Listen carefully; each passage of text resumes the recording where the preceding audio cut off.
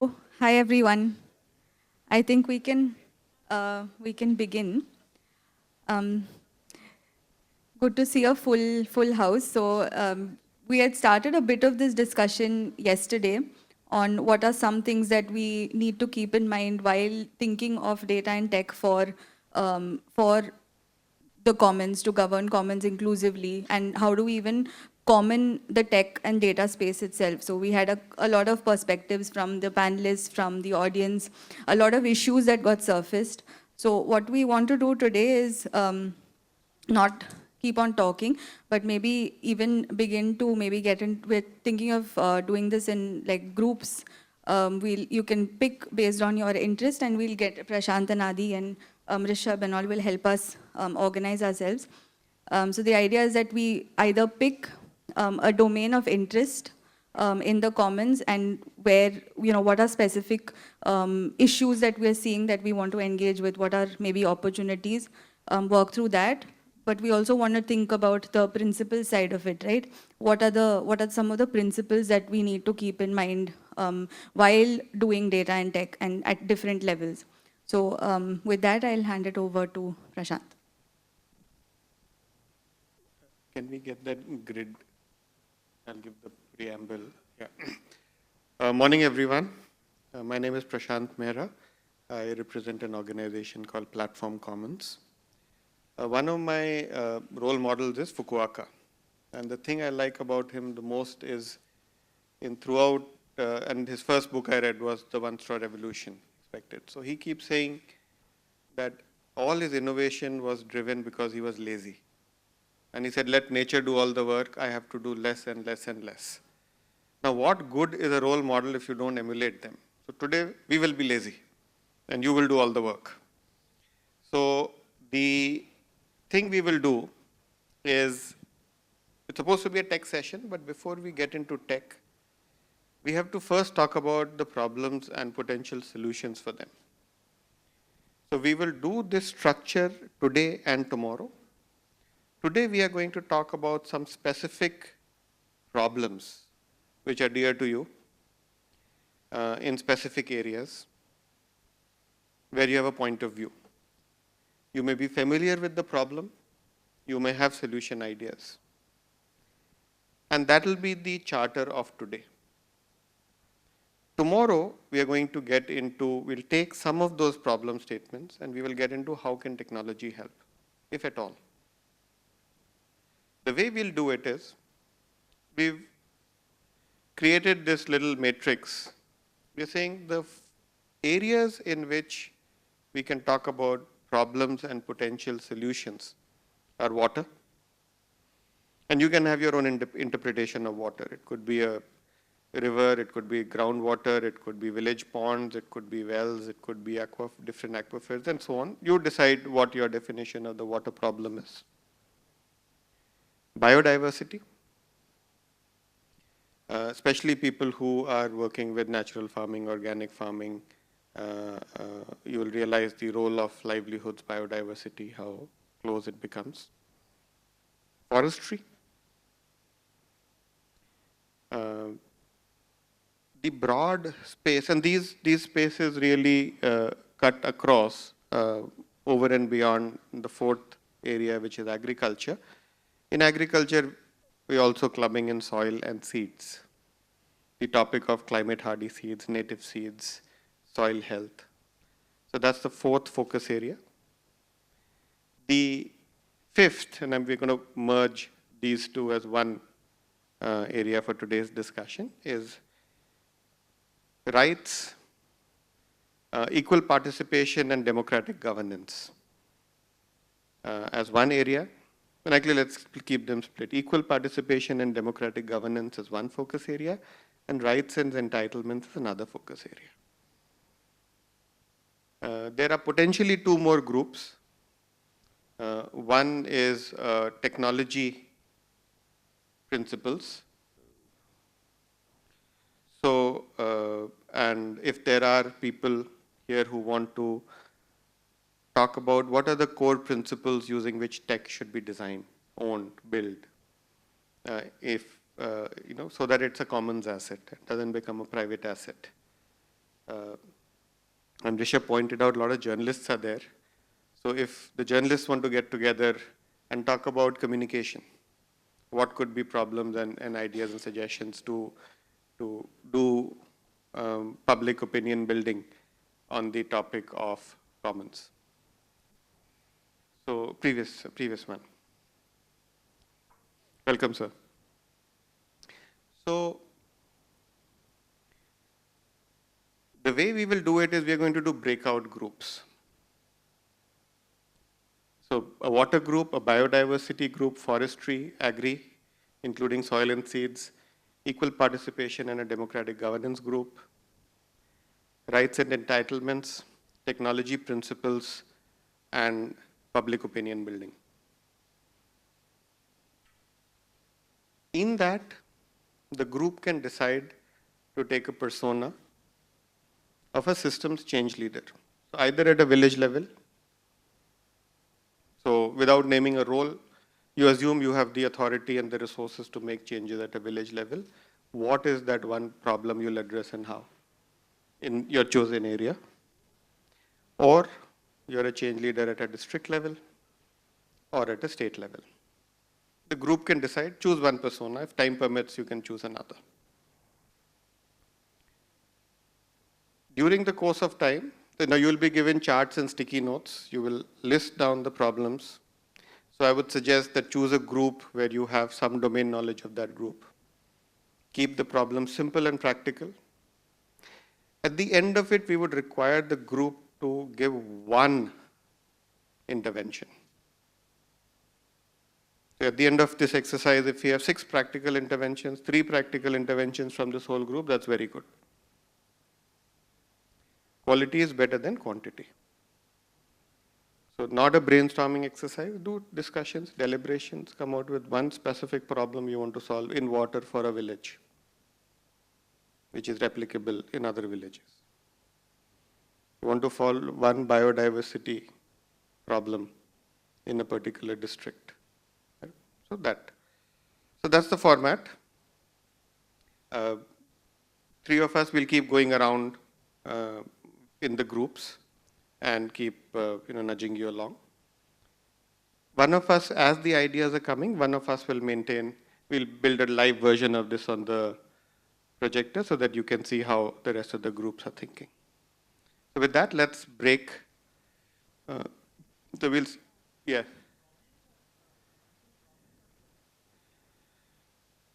Either is fine. Before you talk of an intervention, please talk of the problem. We don't want a blue sky intervention. It's not an idea generation thing. It has to solve a real problem, a tangible problem. The intervention also has to be something practical and not idealistic, something we can do. If we had moderate resources, Monday morning we should be able to start with it. So, and if you feel strongly for a problem, you don't have an intervention, that's okay. List the problem and leave it at that. But ideally, make a suggestion. So, you choose your group. Why don't you come? Water, just water. Please come. Water. So let's just come and then we'll find one cozy corner for you to it. Stationary, let's start with the water group. Adi, if you can come to this side, biodiversity.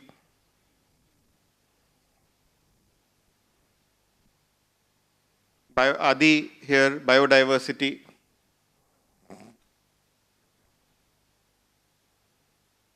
Okay. So if you can come here. And forestry.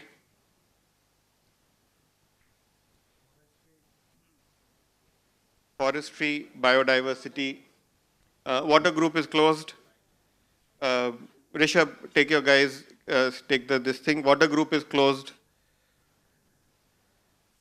Forestry, biodiversity. Deborah, agri, soil and seeds.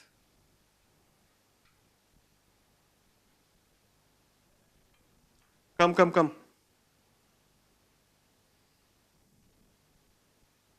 Okay, why don't you guys also start? This is forestry. Forestry. Where is the stationery? Okay. biodiversity, equal participation and democratic governance. Yes, so ma'am, you be the anchor for that. And just if you can raise your hand, people, equal participation and governance, that side.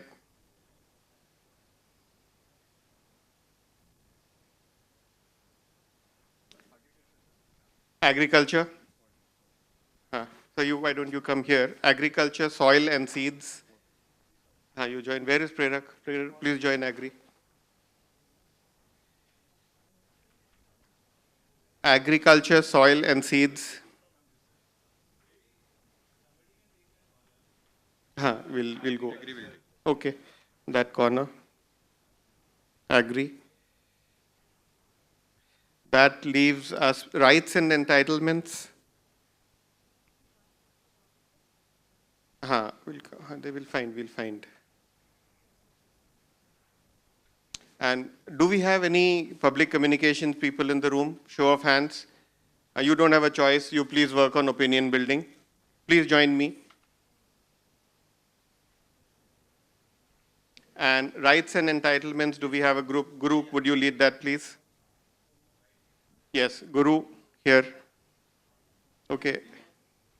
Who is unallocated, please come to the front. We will nominate the volunteers.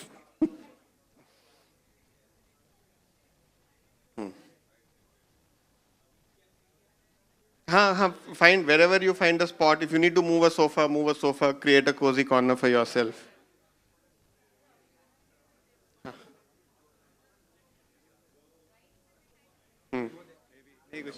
Announcement for biodiversity. If more people want to join. It'll be fun. Yeah.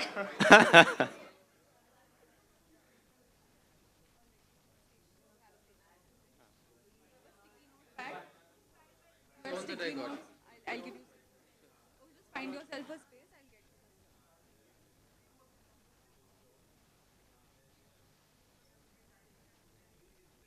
So principles. He doesn't want it over.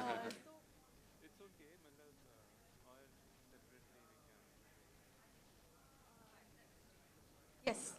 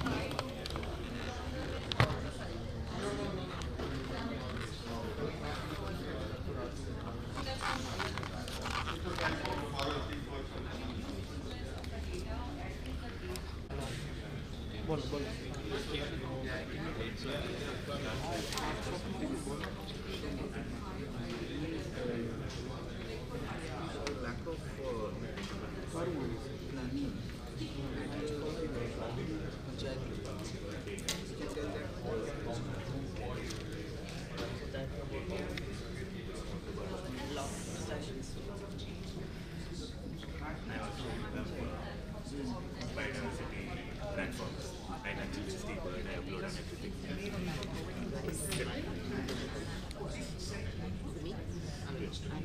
Aarti Sridhar, I'm with Dakshin Foundation. It's an organization based out of Bangalore, like these guys. We work on coastal marine systems. Maybe the work around tech is we try to experiment a little bit with that. We don't get more dependent on it in our work right now. We're trying to use it to map common lands in coastal areas as well as trying to spatially map fishing grounds which are accessed by communities. And find ways in which we can use tech but a little more democratized. I am very interested in how data and technology is used when it comes to like the most vulnerable of communities, that's for sure, but also the ethics and data surrounding these communities, because again, like I grapple with it on a daily basis when I go on feed, to what extent is how am I like dealing with that data. So I also like want to look at my own work through the lens of trying to So I'm Neha. I'm from this organization called CRISP, Center for Research in Scheme and Policies. We provide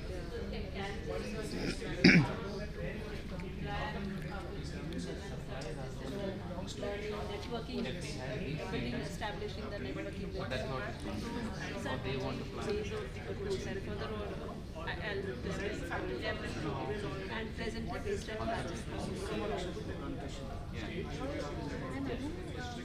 I'm representing International Land Commission. The diversity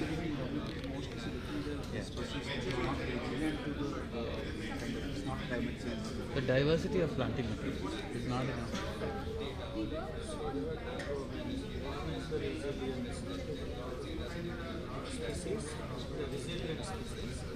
Second is we are considering the diversity of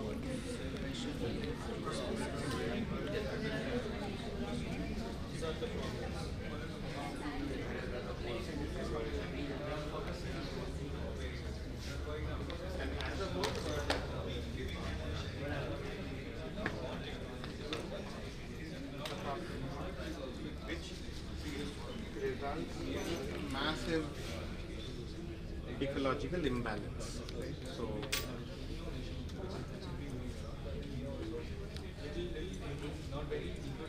for example, an acidification of the ocean, there is more CO2. The ocean is absorbing more CO2. The ocean absorbs more CO2. You get a lot of algae bloom, which loves acidic environments.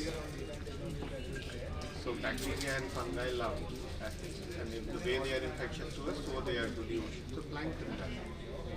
Plankton being the lowest food form. So the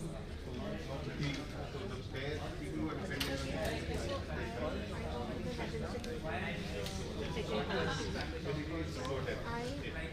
Data is something later on. What the idea of the workshop was to first identify a problem, and then we can see where data and tech can go, not where the problem lies with data. So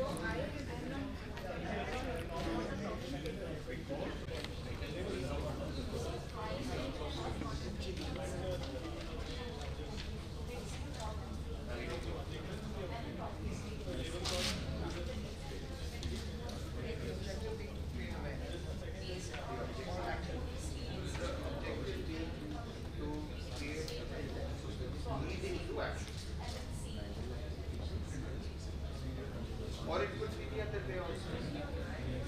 It could also be actually either sometimes do something you really see.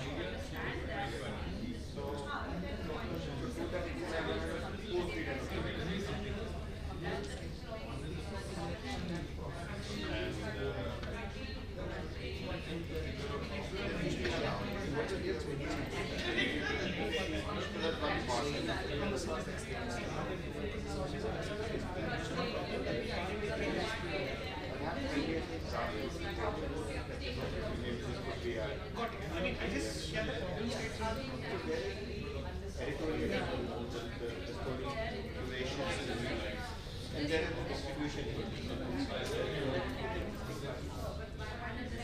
We are not building another property. There are no need to WhatsApp Academy, Facebook, Twitter. Wherever people are going, there is a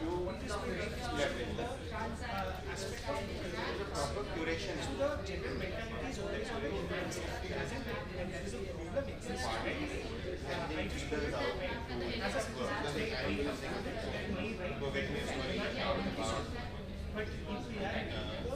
It has to be on the equal side.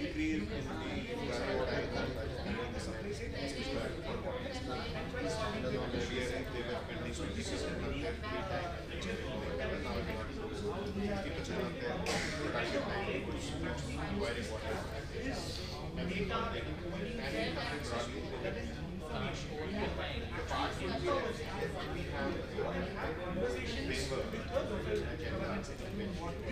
which would be around these knowing what I which is my corporate organically.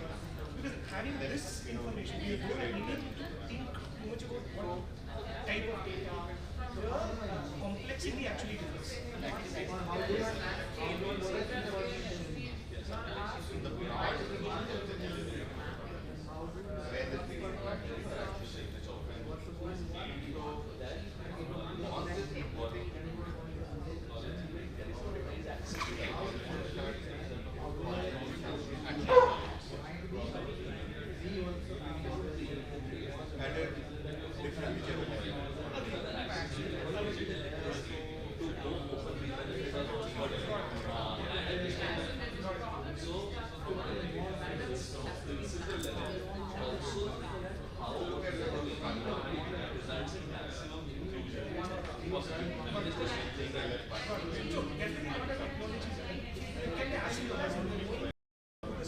And there is a board over there where you can actually see them. So, but the thing is, how do you communicate? That's a solution that we can do. But at an idea level, how can a citizen or a community member have access to these information? Yeah, you can have it. Awareness that will lead to action. Awareness about is something different. You don't have to make and therefore people can jump to action. So you don't have to beat around the bush. And you like to use that audience to educate them. They know it.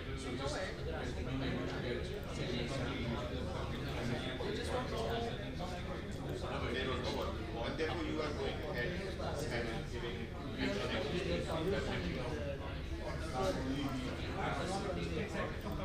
and no better way to than when you do it, build something you build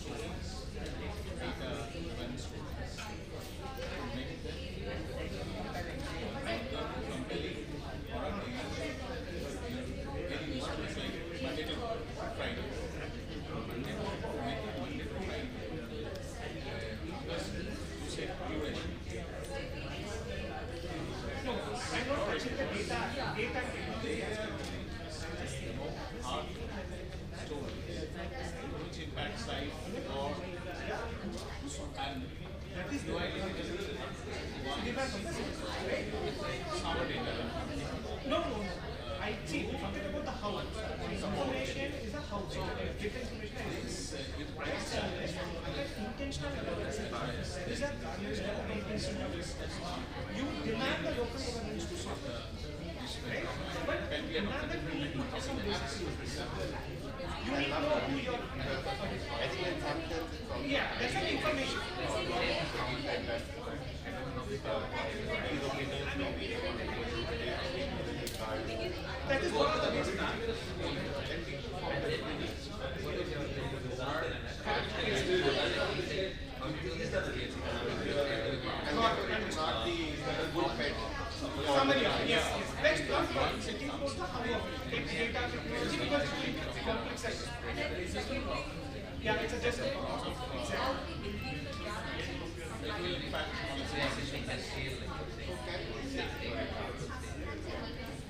How do you make spaces or like how do you make the citizen and the governments to come and talk to each other? I think what is that space? How do we?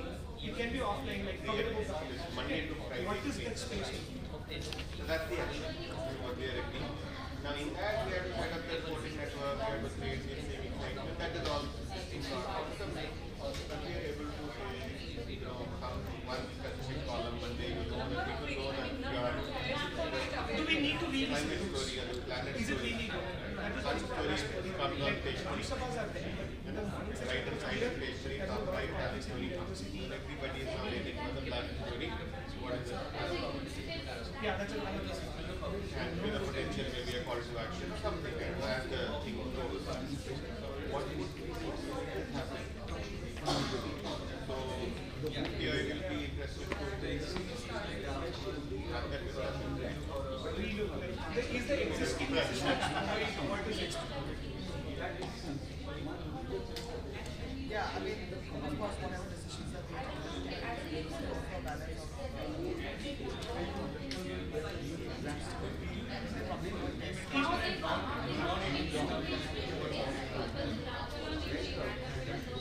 yeah, yeah, totally agree.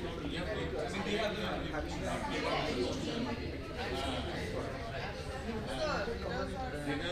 because UI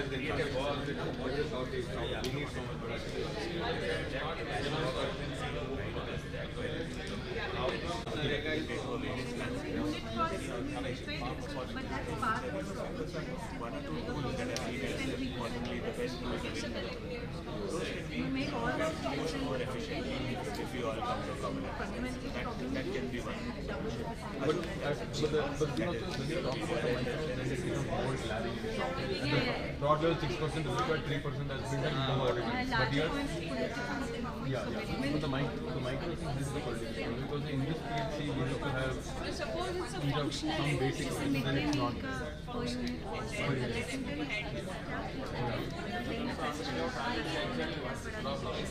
So micro level का वो value है, finally ending the political level का micro level one utilization and all is not some areas is there, there is no reason that it can be not taken advantage. So how it has play a role in that and Decision making on production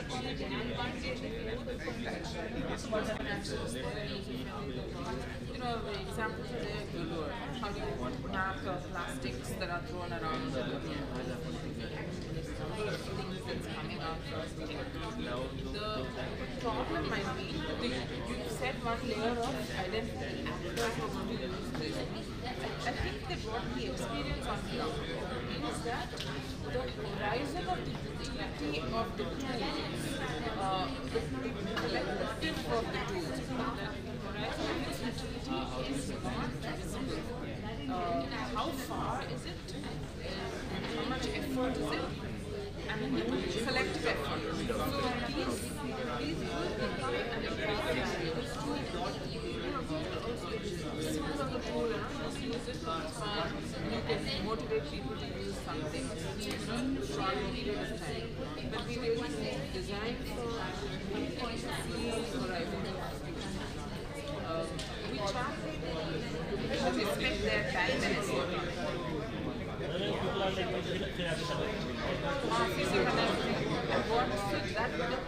feedback of that utility also is necessary. Otherwise, you're not going to use the tool and then. So,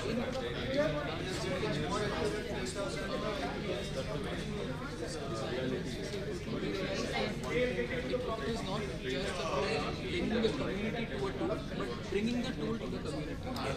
So whatever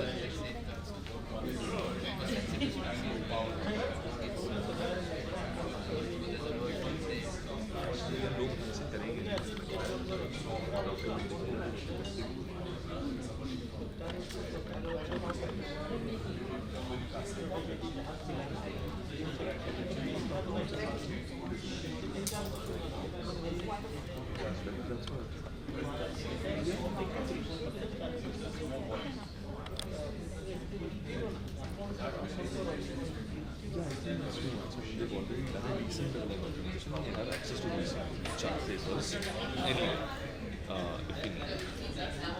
But I think you will also be more clear.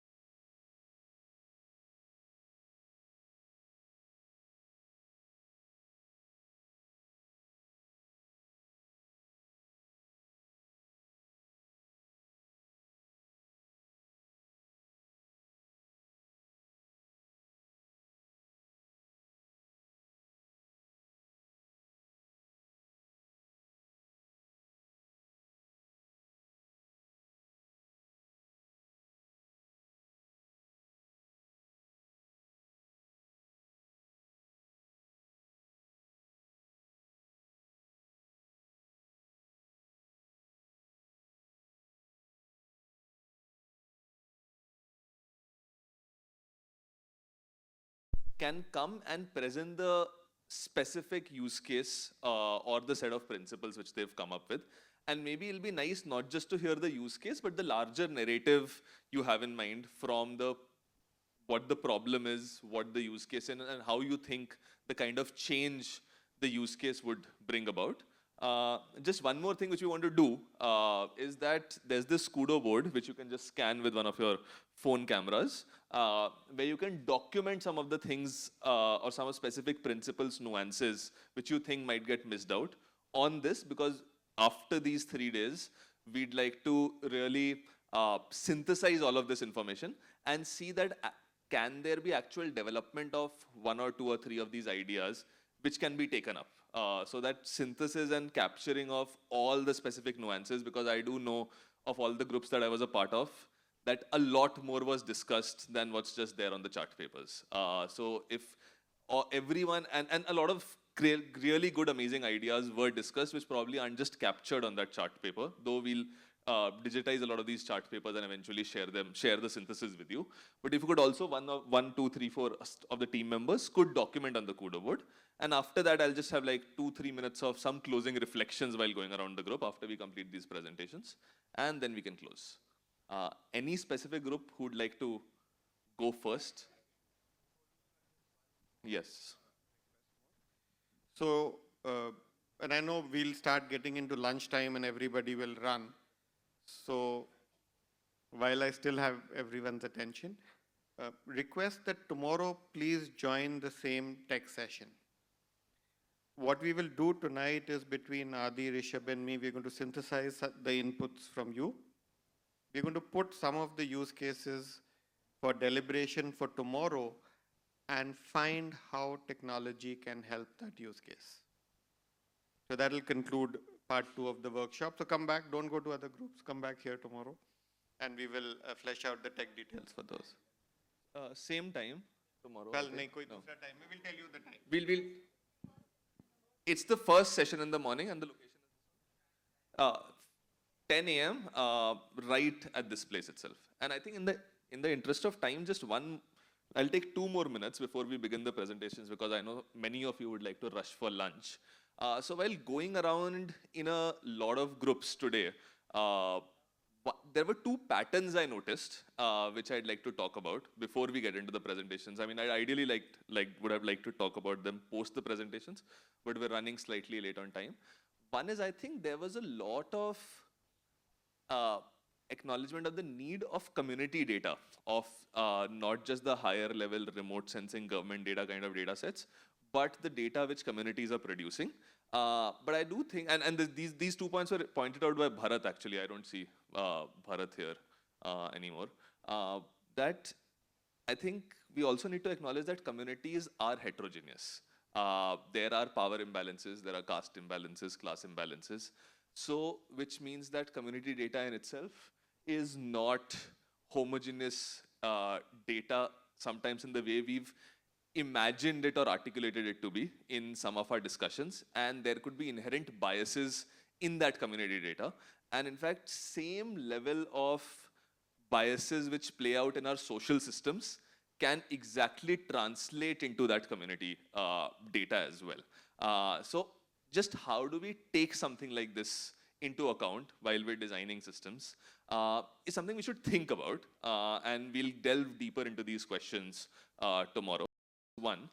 The second piece I also wanted to talk about is that maybe it'll be a nice question to ponder and reflect about today when you guys go back, and we could start with that when we begin the session tomorrow, is if you think about the technology and the platforms which you've used in your lives, forget Commons for a moment. All of us use Google Maps, all of us use banking apps, all of us use some kind of MIS systems, whether those are MIS systems which we use in our organizations to mark that we're working today, or they are MIS systems in the form of banking apps. In which cases have the MIS systems or has technology make you feel empowered? And in how many cases has it make you feel disempowered? I mean, I don't know. I mean, the HR systems which many of your organizations use, is there a sense of empowerment at all in the morning? And then but we're talking about some kind of MIS systems for the communities. But Google Maps definitely has extreme amounts of empowerment, even if there is a 75-minute traffic jam, because it gives you visibility on what to do with your time. So, and maybe, and these are just two specific examples I'm taking. There's much more. So just think about it. And I think these are questions and principles we can start with in digging deeper into the use cases when we get tomorrow.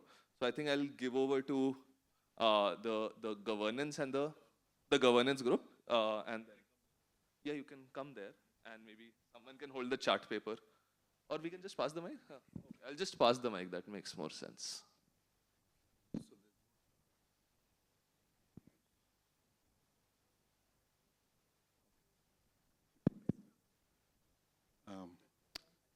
Or maybe I'll just go in the corner so that everybody can. So we were in the governance group. So in some ways, what we were really struggling over, and we had lots of internal sort of go back and forth, is we focused on one particular way that we can relate community to tech and data. And by data, we are saying not metadata, particularly data, user-generated data. People, right, community itself generating certain data, right? Okay, what kind of data? Data which, information is a better word perhaps, which is addressing and targeting concerns about the community, whether it's public toilets, whether it's street lamps, whether it's waste, right? So what we are saying and what we are trying to, the problem for us is that most of the times the community feels disempowered because most of the problem seems to be addressed by bureaucrats, people far away. So there's a possibility that by using such data, by using such technology, one could begin to think about ways of empowering itself. So in other words, over a certain period of time, the cyclical nature of finding ways and solutions to solve your own problems is very, well, we use the word empowering very often, but is a very crucial part of our underlying thinking about this, right? So in brief, what I would say is that we are focusing and bracketing off concerns about, well, bracketing off concerns of data and its trustworthiness, whose data is being collected. So we're focusing more on the middle element, if you will, about once the data is collected, how can that data be used by the community to serve a certain set of problems that it constantly is facing and addressing, right? So, and we discussed several use cases. I mentioned a few of them, whether it's getting ration card or etc. So there is a possibility, and then this needs a lot of curation. So the big challenge is that there is, as we were talking yesterday also, a social imagination that wants these problems to be solved, and here is a tool, here is a set of things that the technology and data can provide. Can there be a medium, a process through which both of them can meaningfully talk to each other, right? So this is my way, but please, anybody else from the group, please, would like to add a few things, please go ahead. Yes?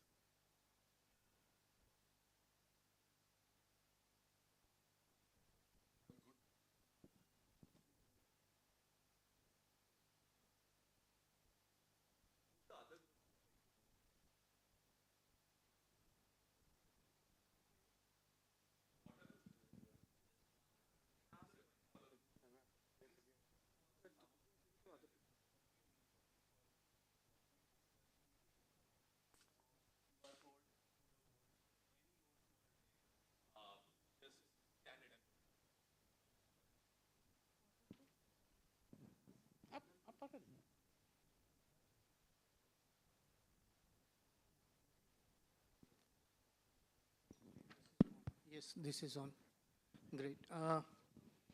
So we had a long discussion within the group, and the one idea that we all agreed, it is about water budget and planning tool. So that can be helpful for the community.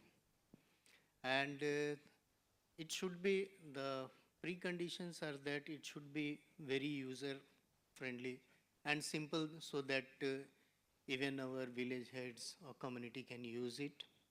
And the purpose is to assess how much water we have and disaggregated into cropping seasons. So how much water do we have? How much water there is potential to save every year?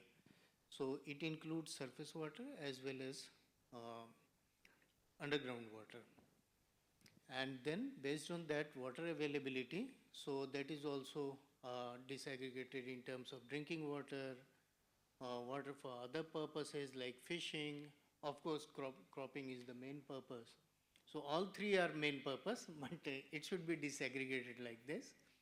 And again, for the planning tool, that what are the crops across the season, so it can be dynamic one. Suppose we have water deficit, then we can think about other crops that are possible and see the water budget availability. It is favorable or unfavorable.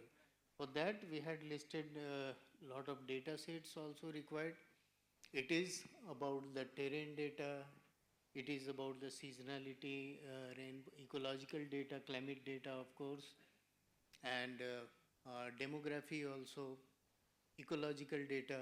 So that should be considered to make it a perfect tool that can be used to help the people assess their needs and availability for efficient use of water.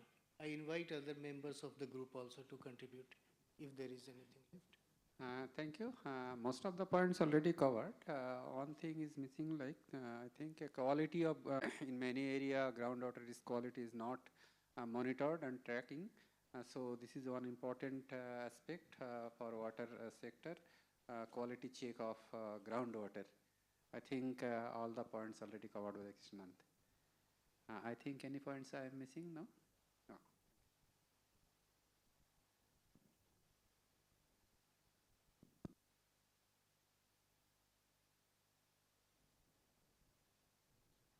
Yeah, this is a rights and entitlement group, and because it's a kind of a meta rather than pertaining to any one sector, so the main point that was discussed a lot was also a meta principle, which is that rights and entitlements, the biggest challenge we have in that area is information about how rights and entitlements are actually being addressed by the government is not clearly understood because data collected is stored in silos, it's incomplete, it's not available to the community. It can even be projected in misleading ways to mislead the community. So data silos and those kind of, so there are some challenges. So two ideas that were, that also came up was how do we pressurize or persuade the government to make its data more clear, coherent, transparent, comprehensive to the community so that the community can act on it. There are also examples of alternate data information repositories maintained by the community. One example of Chhattisgarh was given. So that can be a mechanism both as an alternative for the community as well as a mechanism to pressurize the government to make its own information more available. So meta point was really that information about rights and entitlements needs to be made more available in the public space, and the commons has a role to play in that. One specific example we also discussed, which was information about the finance aspect itself, what money is being spent, what is the plan behind that spending of the money. So something is being sanctioned, but then nobody knows what is the time plan for its completion, what is the money allocated at a micro level. We have high level, like health budget, there is a 3% allotted versus 6% requirement, but at the PHC level, what does that mean? So at a macro level, it's very difficult to argue and fight, but when the information is made in a more granular manner, then it allows people at the community level to fight it, and therefore, in the commons, can we make granular information more and more available, like NREGA, for example, used to be available at some point in time. Third point was on the idea of rights and entitlement itself is a very restricted kind of a discourse in India, because India is still, a lot of feudal thinking is still prevalent that the government is doing benefits for the people. This thinking is not only within the government, but also within communities. So I think educating people using commons resources about the idea of rights and right to food or right to education or right to information, these are things that belong to the community, and nobody is doing a favor to the community by making these available. Is also something that the commons can take up. One warning came from this group that we should stop thinking of words like solutions because problems are too complex. I think Prashant said that in the beginning, but this group also wanted to reiterate that we don't easily look at simple solutions because it can be simplistic. We need to really understand the problem in much greater depth and nuance, and that can help us to look at what kind of ideas might help us move forward towards where we want to go. Thank you. Anybody in the team group wants to add anything? Vigorous shaking of heads. Adi, does your group? Hi everyone. So we created a framework for, okay, yes. So our group focused on biodiversity and we created a framework that problematizes the issue. And then we talked about the tools of how do we seek to address, but also some of the challenges and what are the principles on which the technology can function. So firstly, we realized that what we are looking for is a continuous monitoring of biodiversity in the commons by the users themselves. And we realized that the data needs to come from the community themselves, keeping in mind the local context and also what are the areas that what are the areas with which that data comes from. One of the suggestions that came was we don't need to look and develop new technologies, but and not reinvent the wheel, but leverage on what we have right now. We should not look to duplicate our efforts, but also see where can we synthesize, where can we synergize, and perhaps come together to see where there are collaborations, where there is interoperability, not just vis-a-vis technology, but vis-a-vis our own human resources as well. Now, one of the challenges is it's a given that technology, by its very design, comes with certain information and power asymmetry. So how do we, it's important not just to take a particular intervention to the ground or to the communities, but also bring the communities the other way around. It's not just important to bring the communities to the tool or the instrument, but also bring the tool and the instrument to the communities. And for that, the articulation of the utility of the tool becomes very important. The articulation not in a more broader worldly sense, but also in a very tangible way where the communities find the relevance of the kind of, to not use the term that the last group used, solutions, but the kind of interventions that we are seeking to make. The principle, some of the principles is to view communities, indigenous people as co-owners in knowledge management and not mere beneficiaries, but also to change the language of discourse, but also to change how we see intellectual property rights. And that is where we can also put systems in place. So if we are to, this session is about technology and data, but then how do we put systems in place where communities also feel more encouraged to get involved in technology and data? And you do that by putting in systems in place such as holding more extensive capacity building programs so that the technology does not become a tool to perpetuate the divide that already exists. So with that, I think I would like to end. Thank you.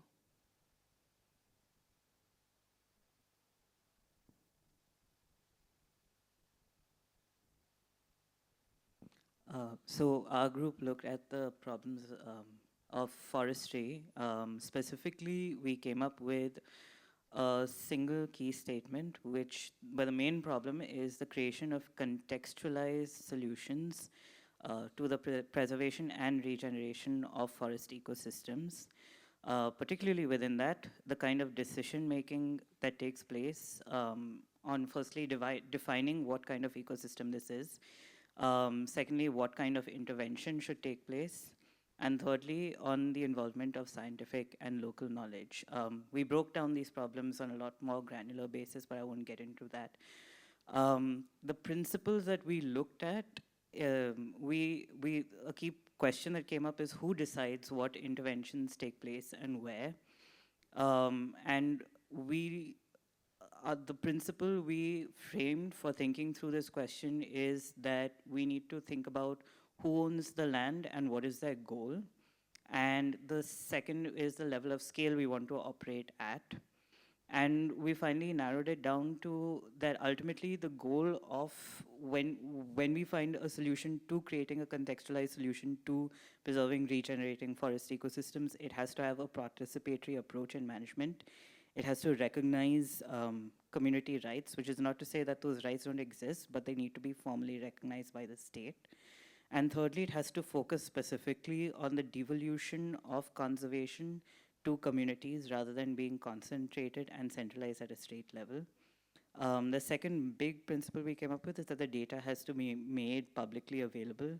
At the same time, there has to be a safeguarding, especially for sensitive species and for indigenous knowledge.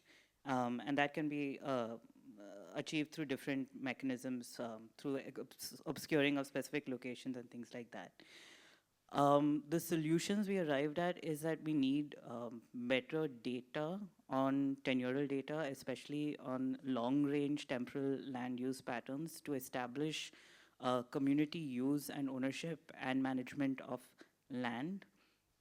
Secondly, of land use and land cover has to be high resolution, especially spatially mapping species, and has to be long range to understand the dynamics that have been taking place in ecosystems over time. The third is bioclim layers for species distribution, and in general creating species distribution model for driving selection of species and identifying invasive species. And finally, the solutions we arrived at was an open access platform for all organizations to use data, and this data can be used for either awareness or for creating interventions or designing interventions, identifying where to even work in the first place. And finally, data-driven decision-making for targeted interventions, and also especially for maintaining accountability, which is kind of sorely lacking right now across the levels. If anyone else wants to add anything, please do pitch in.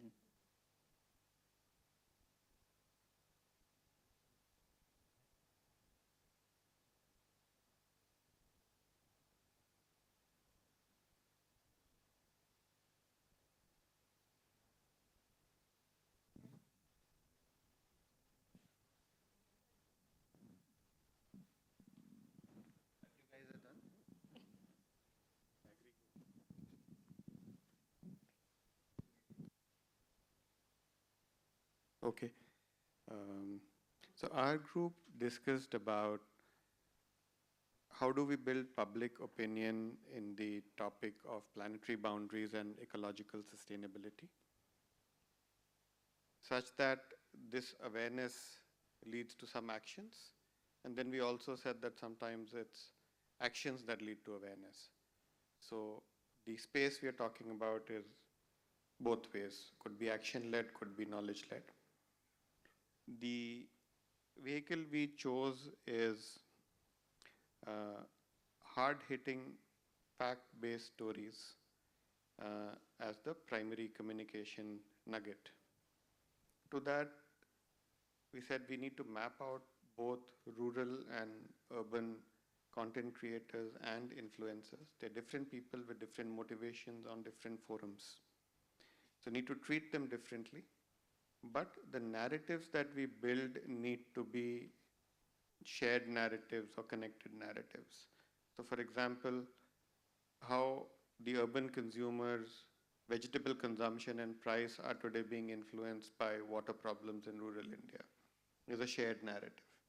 So instead of building separate narratives for rural India and separate for urban, we said we'll build joint narratives, but we will treat the influencers in each of the space differently, because the distribution of this this story as an example story will have to be dealt differently.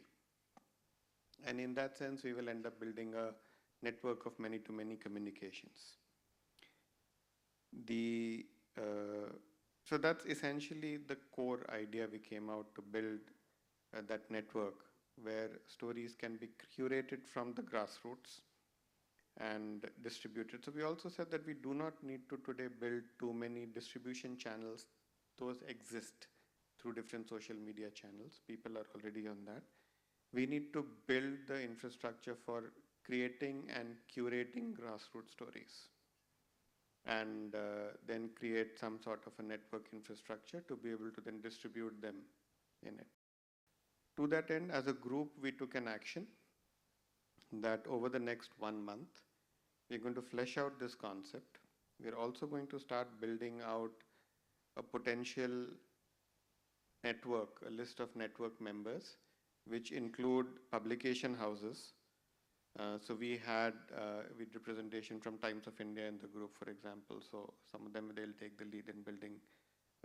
And Nina here, she would say. So they've taken the action to build networks of publication houses, independent journalists, and applications and platforms that are already doing that at some scale, like a Khabar Lahariya or a Lallan Top, and so on and so forth. And we'll come back to you on 28th of September, we'll reach out with a project proposal to this network and take it forward. Before I give the mic, one small update. So while we are today talking about, tomorrow we'll talk about technology, how it can help. Fact remains that technology adoption at grassroots has always been a challenge. So we are doing an early morning session. I have Naveen from Dasra with me. So tomorrow, two of us will at 9 o'clock in the same room. Before the 10 o'clock session, we want to invite you over, whoever can make it, or bring your friends, to discuss technology adoption challenges you have faced.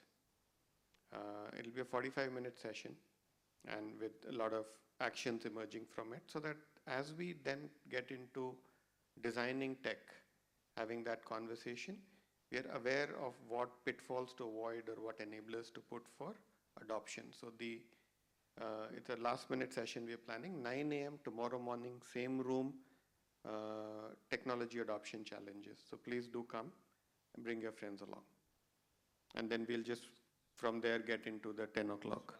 So the idea is not only to discuss the challenges, but the idea or the outcome of the session is to identify solutions as well. So we'll try and focus on challenges a little bit, but then how we can also get into solutions.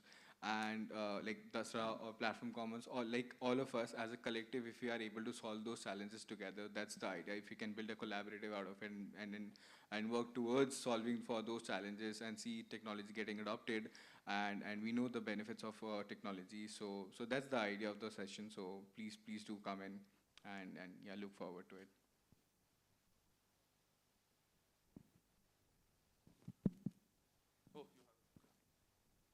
So our group was largely focusing on the agriculture thematic domain, I mean, from the point of view. So, I mean, since agriculture is very vast in terms of the problems that they face because of the way it has evolved over a period of time with the land fragmentation, the market becoming more concentrated towards a certain portion of the ecosystem and a lot of those things, right?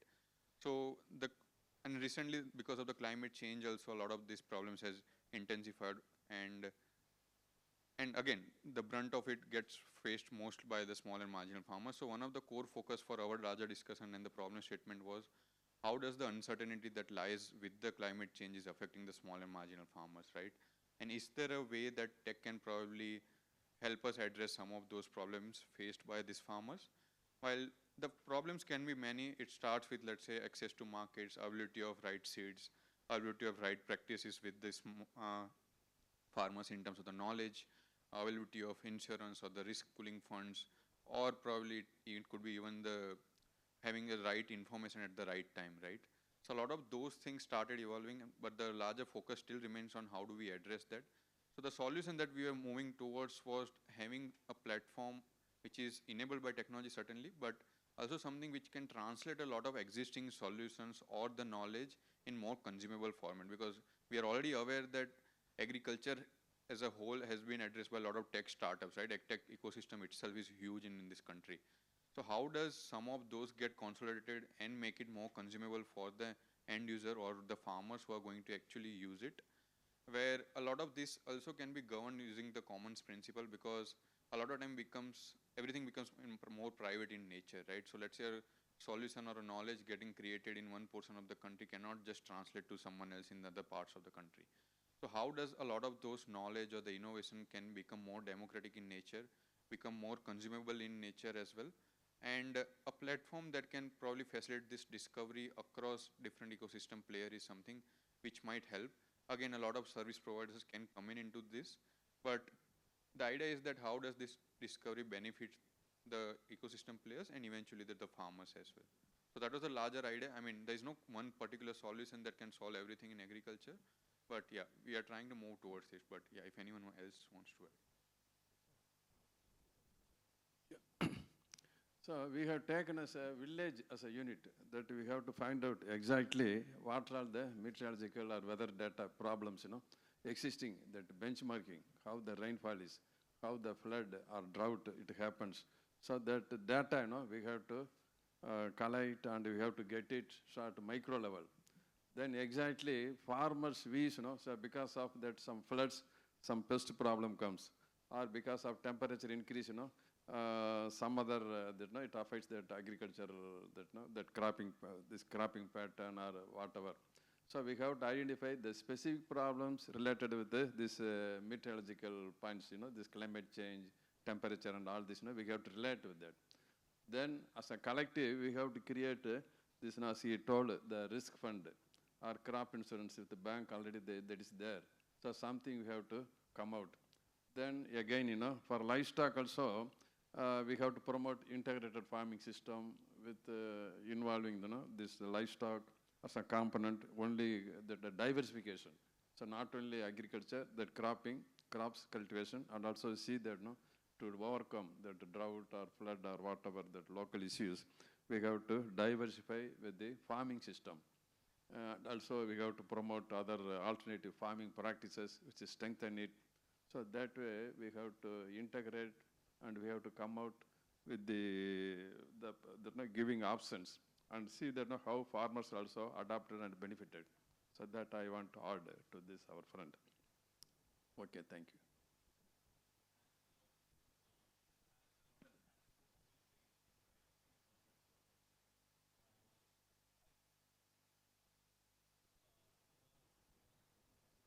The way we designed these 3 days was really that there's a continuity to the whole design process, and tomorrow is when we really dig deep into the technology. Adi, anything? Thanks a lot. Brilliantly. Weaved in every.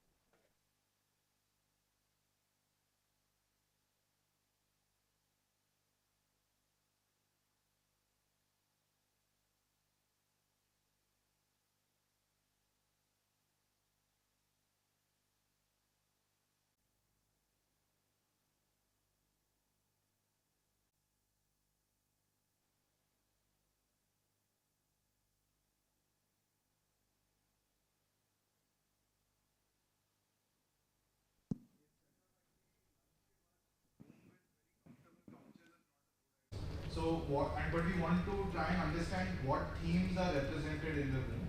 तो post-it पर आपको अपना नाम लिखना है और आपके काम का क्या focus है. So if you are focused on forest rights, if you are focused on groundwater, if you are focused on biodiversity conservation, for example, whatever that is, and it's possible you work in multiple areas, but if you can choose 1 or 2 that really are the focus of your work, it will help us make thematic groups.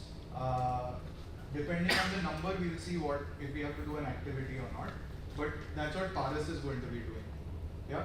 So thank you so much for joining us. And yeah, I'll invite Roshni, Bala, at least to get us started talking about the alliance.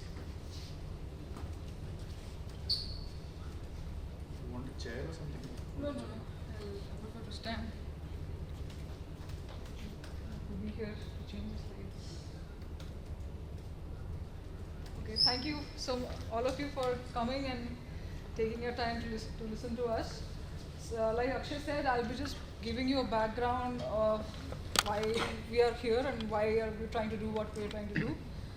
But before that, just some context. I mean, here we're all for commons convening, and one of the most omnipresent and prevalent commons is our freshwaters. When I say freshwaters, it encompasses diverse types of habitats or ecosystems. There are rivers, there are aquifers, groundwater, lakes, wetlands, even estuaries, swamps, things like that. And when it comes to the status of our freshwater ecosystems in our country, it's not a very pretty state, and which is something that is also echoed globally. So one of the recent reports published by WWF called the Living Planet Index, it sort of demonstrated that freshwater ecosystems are the most affected or degraded ecosystems across all types of ecosystems. And freshwater biodiversity is deteriorating at a very fast rate. About 84% of freshwater species around the world have been lost already. I'm just giving you this grim picture not to sadden the day, but to put emphasis on the kind of urgency that is required to work on these ecosystems and to consider freshwaters not just as resources, but also as a part of ecosystems that provide several ecological, hydrological processes and benefits to us humans. Yeah, just again, not a very pretty picture from our own country. We are pretty well versed with the kind of news and the kind of issues that we've seen across our freshwaters. And basically, what we've been thinking, which is not very new, but that's something that needs to be amplified and focused on, is, like I said, focusing on freshwaters as ecosystems and not just as resources. And this particular aspect needs to be brought at the forefront because it is the natural functioning, intactness, and the interconnectivity between these ecosystems that sustains these processes. And these objectives and actions need to be linked up not just locally, but at a national and a regional level. And that basically forms the basis of what our Alliance for Conserving Freshwater Ecosystems tries to do, is to bring this issue to the forefront and provide those conditions for individuals, organizations, networks to work on these issues. Yeah, so like I said, the key objectives of this alliance is basically to bring together key players working in the field of freshwater conservation to support conservation planning of freshwaters and action in the country, to provide a platform for exchange of information, ideas, tools, and data, and to help strengthen the enabling conditions that enable us to do conservation action on the ground in the country. Just a short history. Although we are pretty new, just probably a few months old right now, but the workings behind this have been on for quite a bit of time, about four and a half years or so, where some of us started an initiative on freshwater prioritization in the country, which basically focused on developing resources and knowledge at a national level. We worked with the several key organizations at a regional scale, also at a basin level, which we now call the Upper Bhima Collective, which one of our teammates will also talk about shortly. Sort of spearheading a conservation action planning process, first of its kind actually. And all of these inputs sort of helped us form this idea towards forming a consortium of organizations, of individuals rather, that can ultimately sort of focus towards freshwater ecosystem conservation in the country. And one of the things that we did in the past was to develop a collaborative conservation vision for freshwater ecosystems in India. This was developed by about 30 organizations or so through a workshop, where basically they defined 2030 and 2050 goals for freshwater ecosystems in the country, and that forms the basis of what the Alliance ultimately aims to sort of work towards. We have currently identified 5 key pillars where the Alliance sort of wants to work towards. First is to build regional collectives, and I think this kind of connects directly with one of the sessions we had just now around multi-actor platforms. Support regional collectives in conservation action planning, mainstream the freshwater ecosystem mindset across organizations, networks, etc. Developing or advancing certain tools, solutions for freshwater conservation, and to improve the access of knowledge and data for freshwater conservation in the country. This is just a snippet of what some of the work that we have done in the past couple of years, ranging from stakeholder analysis at the national level to some broad policy analysis to see gaps from the freshwater conservation point of view, some spatial analysis at a national scale where we categorized our watersheds state based on several data sets and parameters, and also define the status of the enabling conditions, which state is better equipped with supporting freshwater conservation on the ground. One of the key things that, like I said, we have started with is collaborative freshwater conservation planning, where the most prominent things that have happened is the formation of the Upper Bhima Collective that has spearheaded this whole thing. And to talk about the Upper Bhima Collective, I'll invite Ashwini just to give a short overview of what this collective is all about. Apart from that, we've been also trying to initiate some work in Papagni Basin, and there's been some collaborative work happening in the Northeast region. But over to Ashwini for just a snippet on the Upper Bhima Collective. Good afternoon, everyone. So, as mentioned by Roshni, what we did, which was spearheaded by TNC, FES, and Oloi Labs, in Pune, we met almost 7 to 8 times over a span of 1.5 years. And the Bhima River Basin is one of the important river basins in Maharashtra. So, where we started, or I don't have a map here. Do we have a map of Upper Bhima? Okay, fine. So it covers a major part of the Pune district as well. Starts from the crest line, moves all the way down to Solapur and beyond. That's how the Bhima River flows, and you have several tributaries in that. What we started was there's this nomenclature, Upper Bhima and Lower Bhima, even if they are a part of the single river basin. But for the feasibility, for convenience, and in Pune, we had a lot of organizations coming together who worked in the upper region of this Bhima River basin. And then, of course, you have organizations who work beyond Solapur or in Solapur also and beyond that. The idea here is that we bring out people together who talk about conservation.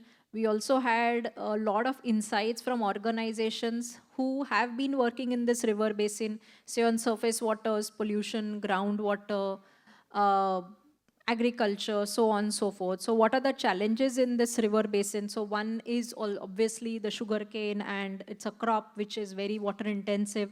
It's there in most of the areas of Maharashtra where it's drought is there, or where the groundwater tables are declining, the soils are growing fallow, and many such problems are still being there, but it's still a cash crop, and farmers are not letting to move away from that. So we formed this collective, and now the idea is we work in this. So what do we mean by work in this? And in this collective, we have organizations who have expertise, say in groundwater, who have worked in surface waters, organizations who do a lot of citizen-led movements, river walks, making and advocating citizens that why rivers are important, how you should look at them, say weekend walks, so on and so forth. And of course, the local government, which is very important. In Maharashtra, we also have something called, so on the lines of Namami Gange, we have something called as a program called Namami Chandrabhaga. So it's a larger river, and it's a state government-led project. So where a lot of councils come together, they have done some baselining, aligning certain things, and what all interventions can be done along these lines. So for that, we have one of the key persons in the government. She is quite responsive and active about it. So the Alliance also met her last year, where we took it that, okay, it's not just one organization who is talking about it, but several different organizations who are talking about it. And we went, we presented what all we wanted to do. What we expect right now from them is not a monetary support, but an endorsement or a support that they are willing to support or work with this alliance. And now, when we say that we want to work, means what we want to do. So what we have tried to do here is, we have tried to carve out an area in this upper Bhima basin. So one river is called as an Indrayani river. It starts again slightly upwards of Pune and flows all the way down. So we are in a format of making a small restoration proposal for this Indrayani river with certain organizations in these alliance, and then submit it to a potential funder, a CSR, and also Indrayani river restoration is undertaken by the state government of Maharashtra as well. Why particularly this river and why not other rivers in the upper Bhima? Nothing like that. It's just that this river is very much there in the news because of pollution. Lot of industries are based in and around this river.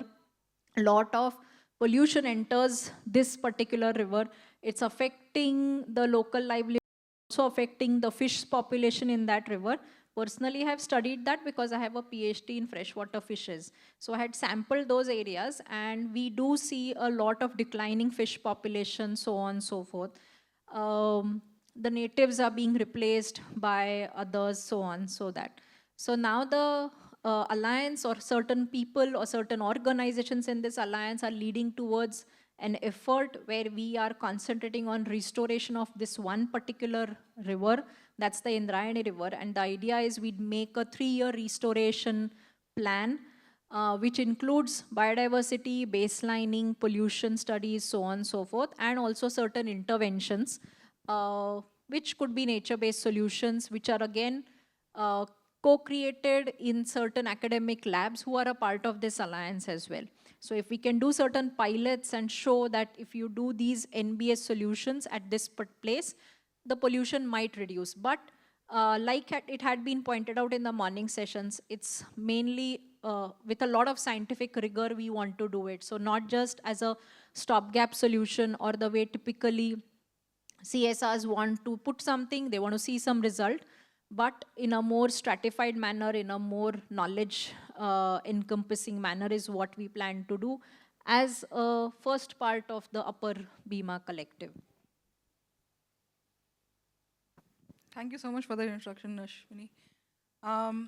So that basically, this is just a picture of the members of our collective and the conservation action plan that was developed recently for freshwaters.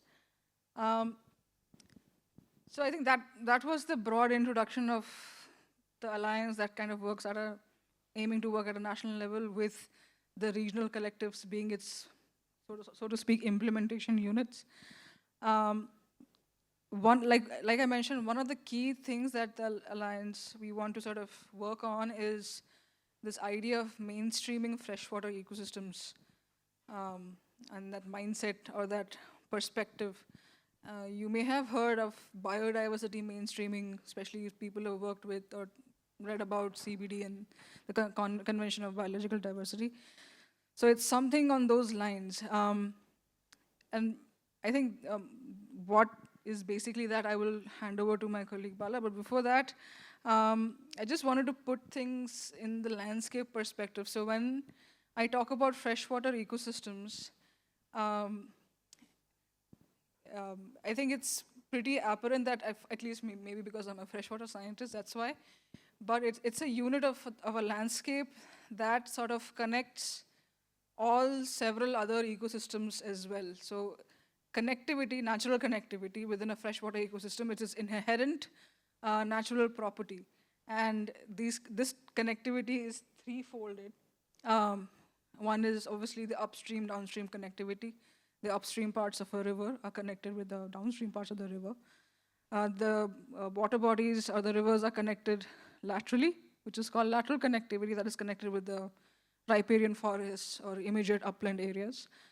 And then there is vertical connectivity, where there is a connection of the water bodies with the groundwater. So the freshwater ecosystems in the landscape are truly the mirror of the landscape in terms of what state our landscape is in. And none of the components of a landscape, be it a forest or agricultural area or an urban area, can survive without freshwater ecosystems and the benefits it provides. So like, to me at least, it makes common sense to look at a landscape from a basin or sub-basin scale, because that is what connects the whole landscape through its eco-hydrological processes. And I think that sort of puts in perspective why collaboration is so important. We talked about multi-actor platforms in a previous session where different kind of actors need to come together, different kind of issues need to be talked about, there needs to be connectivity between conversations. And I think we need to mimic what happens in the landscape. We need to mimic what happens in ecological systems or socio-ecological systems, so to speak, to be able to arrive at solutions or actions that serve the purpose of conserving a landscape for our purpose and for nature itself. So I'll just leave it at that, and sort of Bala will help discuss the idea of mainstreaming that will form the segue for the next section of this workshop. Thanks, Roshni. I think the last slide, literally. I think if I had to reflect on my own 2.5 decades of work, so I started off working in the Deccan Plateau on natural resource management, and at that time watershed development was an approach. Then moved to the hills where we talked about springshed development and then wetland conservation, and then now in the last 3-4 years along with TNC we've been trying to understand and imbibe freshwater ecosystem conservation. And the reason I'm saying is over time sometimes these sound as buzzwords, but these are also ways in which we address specific parts of the larger landscape, specific ecosystems, using certain approaches that, you know, gel with our organizational philosophy or the kind of approach that is prevalent at that time, something that is technically sound or, you know, socially very feasible kind of thing. So, and there are many more. If we were to pool all the kinds of approaches and ways of working that we are all have done over time, I think we'll have a large pool. So what we are trying to do is to also try and relate freshwater ecosystem conservation, which is a very broad area, with the kind of work we are doing, look for overlaps, synergies, how that is getting impacted and stuff like that. So at a, you know, at an organizational kind of a context in which most of us work, or as in a network or in a movement, there might be potentially a spectrum of engagement, right, in which we might see ourselves, maybe we are implementing certain activities that are aligned with or that are contributing to freshwater ecosystem conservation. Maybe we have specific goals and objectives in some of our projects and programs. Maybe there is a very clear strategy around that, or maybe even we have it in our vision or mission of the organization. Maybe we are part of networks where we can promote this kind of thinking. So just to, as we get into the workshop mode, just to open up our way of thinking in terms of what all we are doing and how we are doing that and what we believe in and what is the kind of spectrum that this freshwater ecosystem conservation kind of an arena offers, and then how can we identify synergies with each other and you know, work going forward. And we are also very keen to hear from you in terms of how the Alliance could sort of you know, take things forward. And you saw the first steps, you heard about it from Roshni and Ashwini. Now I'd like to hand over to Akshay. No, it's okay.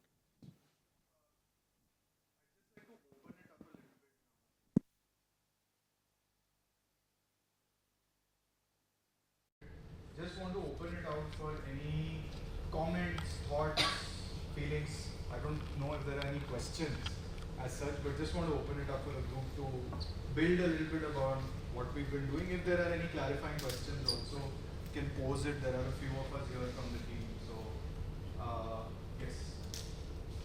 Somebody start us off. Yes, please. If you can also introduce yourself, please. I'm Sebastian Dordic from NKSW, National Platform of Small Scale Fish Workers. I'm basically from Goa, but our network is active in 18 states in India and Union Territory of Andaman and Nicobar Islands.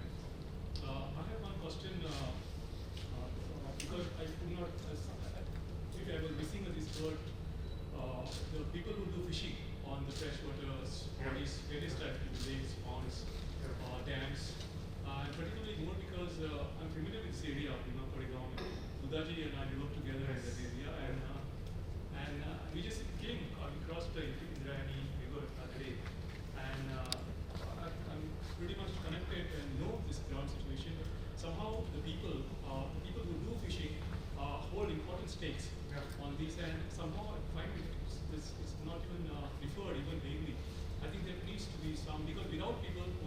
science without people, it's not going to work. I mean, I think we need to have some kind of amendment.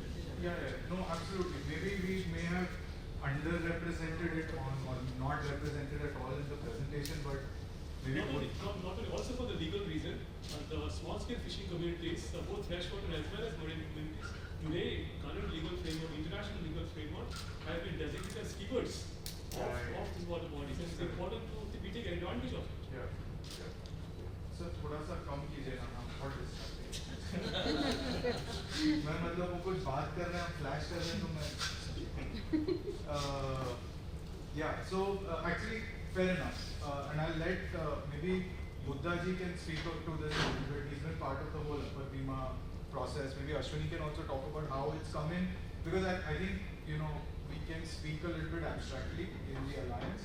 Maybe a couple of concrete examples where it has come in, we can share.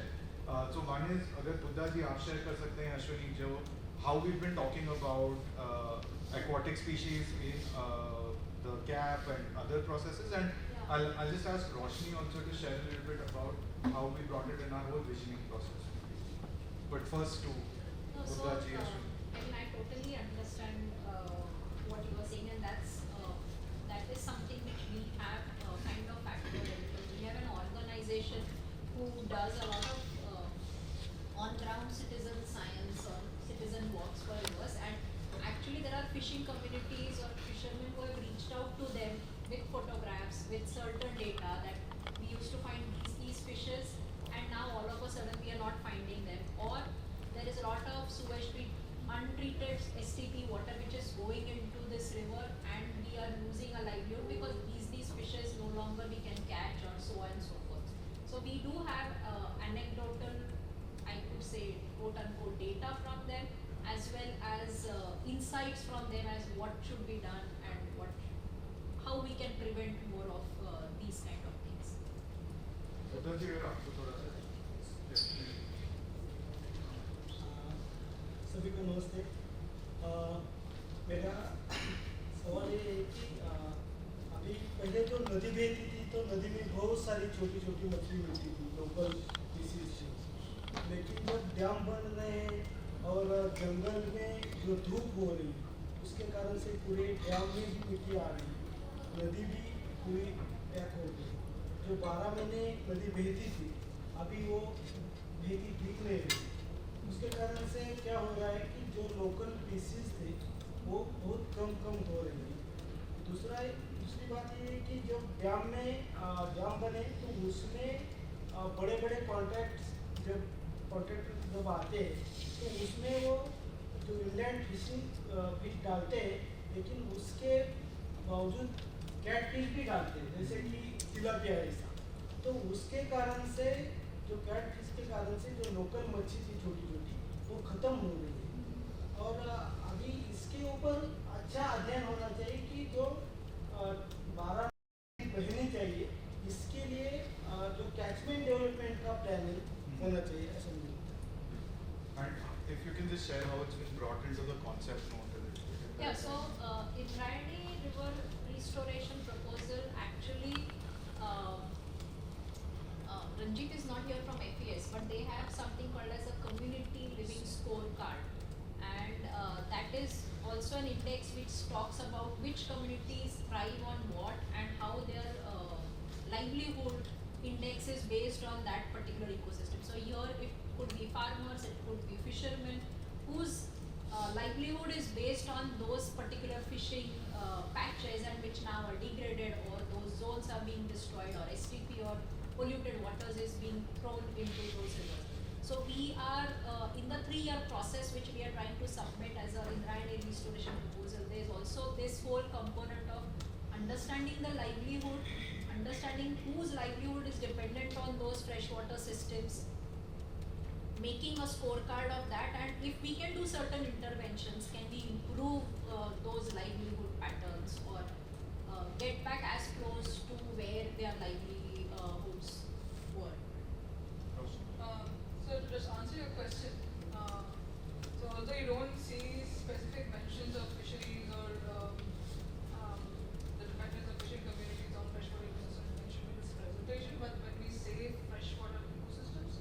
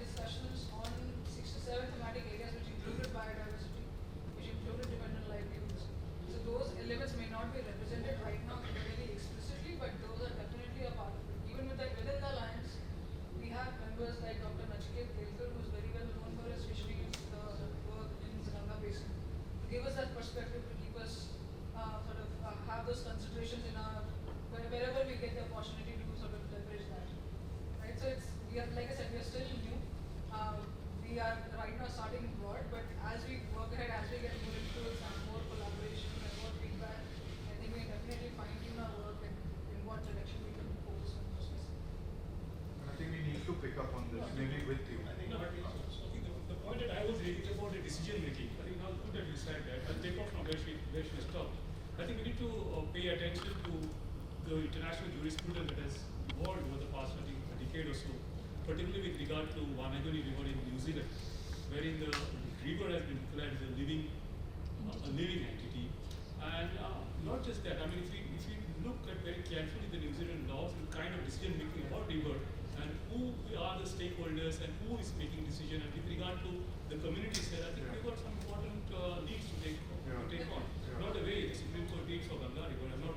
I think that's where we got stuck with this specific issue, but I don't want to make this that. Because I know it's a dividing topic with lots of views. I'll thank you so much. I'll be able to connect after this. So, my name is Joy. I'm from Pune. I also attended one or two meetings of the Upper Beaver Collective. I would like to make 2 points when you're talking about this whole freshwater ecosystems, conservations and things. One is what actually started, what Sebastian said. I think we should realize that in Indian river system, not only Upper Bhima or Indrayani and things, are all contested terrains. There are different interests being played out. One is interested fisheries, they have their own interests. Farming community has got their own interests. Now, for example, Indrayani example Ashwini mentioned, now there is a decision to ban fishing in certain stretches. Now, who takes these decisions? And the impact of such decisions which community gets.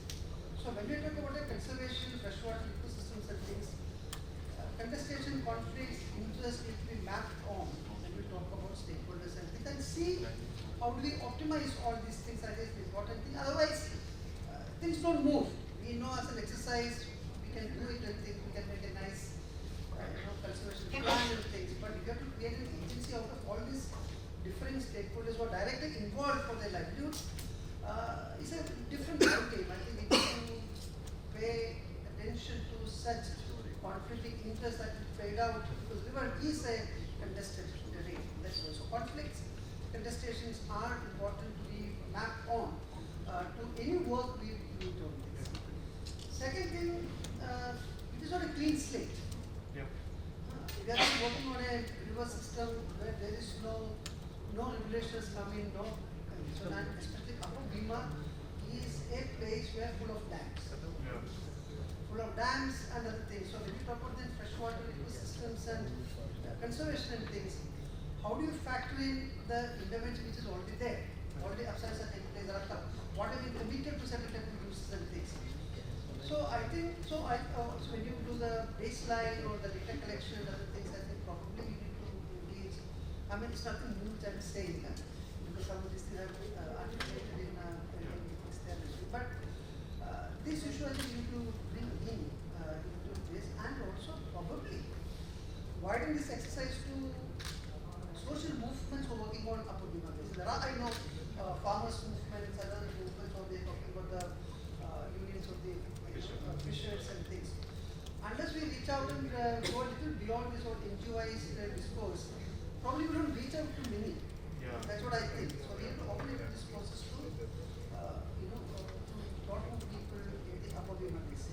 Yes. Thank you so much. I think, sorry, you and then say, do you also want to share or going? नहीं आपके पीछे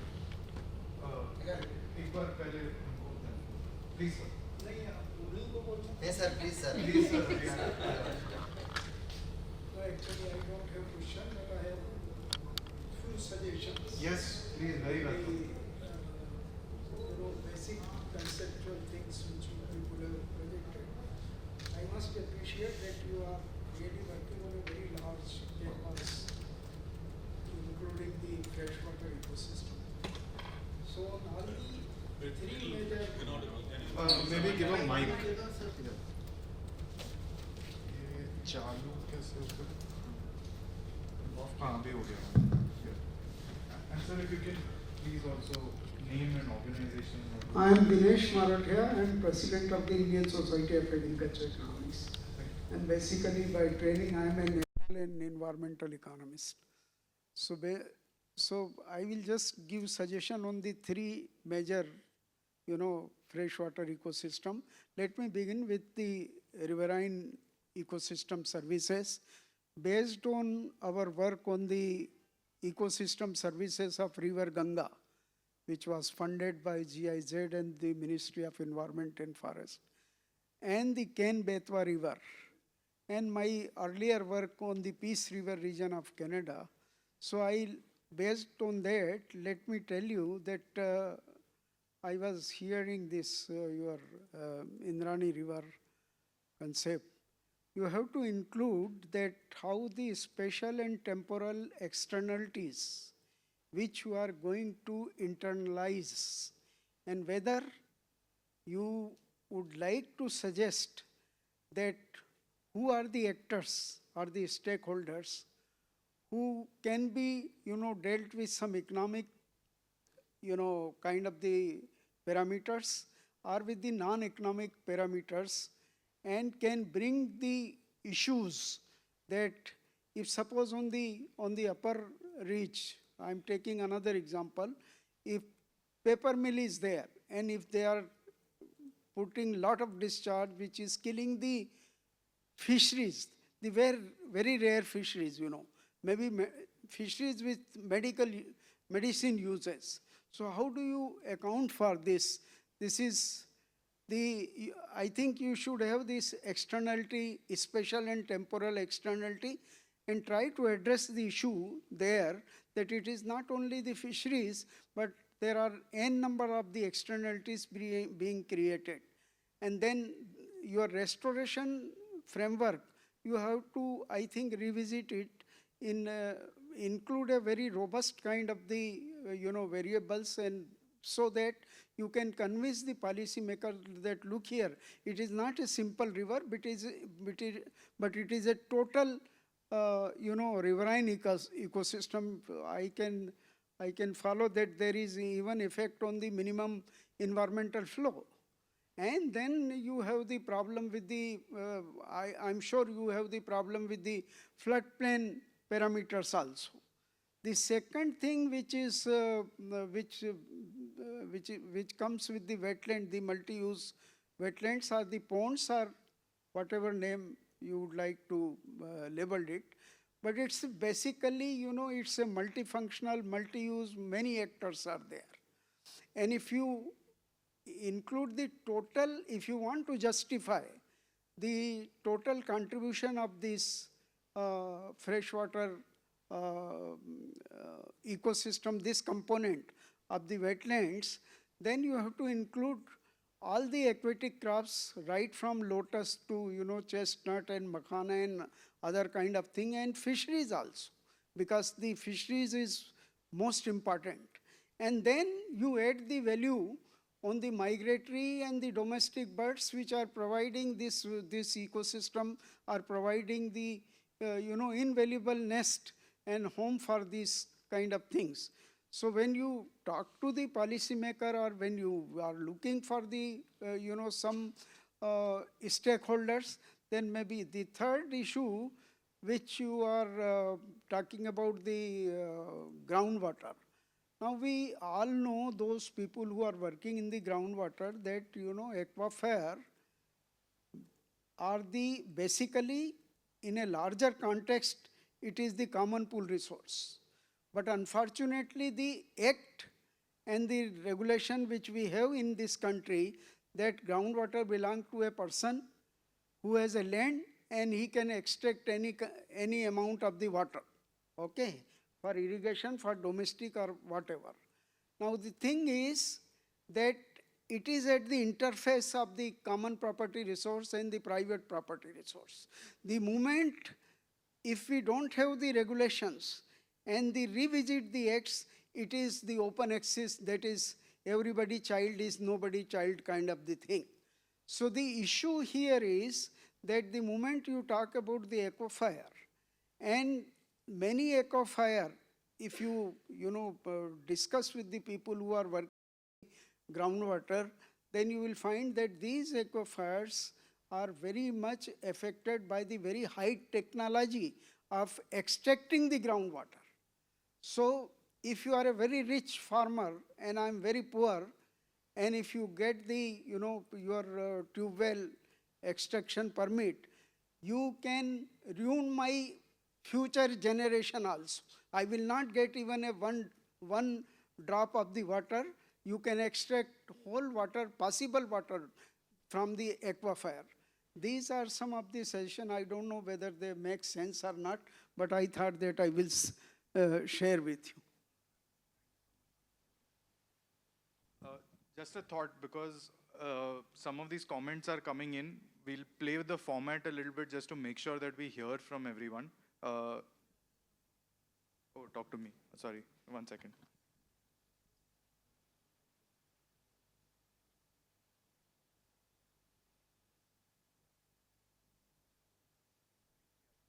So, our original plan was based on our understanding of who would be in the room. I think there's a lot more expertise in the room for us to learn from, and maybe everybody can benefit instead of doing it in breakouts.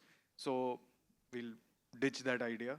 This has been a general pattern of the work with the Alliance. We come with a plan for a workshop, and depending on who's in the room and what they say, we change the plan. So you have a demonstration on how we work. So I just want to pose one question to the group. Please, sorry. मैं बस एक question pose कर दूं पूरे group को, फिर sir से सुनेंगे, फिर and somebody else, and then आपके पास आएंगे. नहीं, आपने हाथ ऊपर किया था. Yes, ma'am had put her hand up. Yeah. So just a question I want to pose that I want more people to also respond to is, how does in the work that you're doing, how does that connect to sort of connecting it with the larger sort of systemic conservation work, like freshwater ecosystem conservation? So if you're working on a very specific thing, like sir talked about fisheries, how does that relate with other work that might happen, other conservation related projects that might happen, and how we might connect that? So just want to hear from on that front as well. So we'll hear from sir first. I probably don't need the mic. My name is Bakhtar Wali. I'm working with the Foundation for Ecological Security in the Papagni catchment area. Our team is called Papagni Regional Team. I'm based out in Madanpalli. So my question to you is that, I would like to understand, how do you deal with these transboundary issues? Transboundary means not just between two countries, but also between panchayats, between blocks, between districts, and then between different conflicting users also. For example, and also to achieve this goal of freshwater ecosystem, our goal is also to see that Papagni river flows continuously, and then the duration of the water flow is increased comparatively. How much is actually it is regulated by law if you want to achieve? How much law regulation we should have? How much is the community's partnership, and then the change in the practices, the ability of the community to agree to change in the practices? And also, how much it is technical, how much the technology plays how much role? Next, the other point is also... Forget all your questions. One question में part 1, 2, 3 डाल दिया. छोटे-छोटे पूछेंगे. Respond भी करने दीजिए, नहीं तो हम भूल जाएंगे. उसी के साथ में है, सपोर्ट करूंगा मैं. ये conflicting interest, what we see in Papagni region is that because it is, as I mentioned to you, 27% of the total Papagni catchment area is in commons. So the commons is barren hillocks or unproductive or less productive hillocks. What we do is we take up a lot of restoration activities in the catchments, and then we see that every year we see that there is prolonged duration of the stream flow to the these ponds, tank. We call them as tanks. And again we have bore wells. So the moment the bore wells are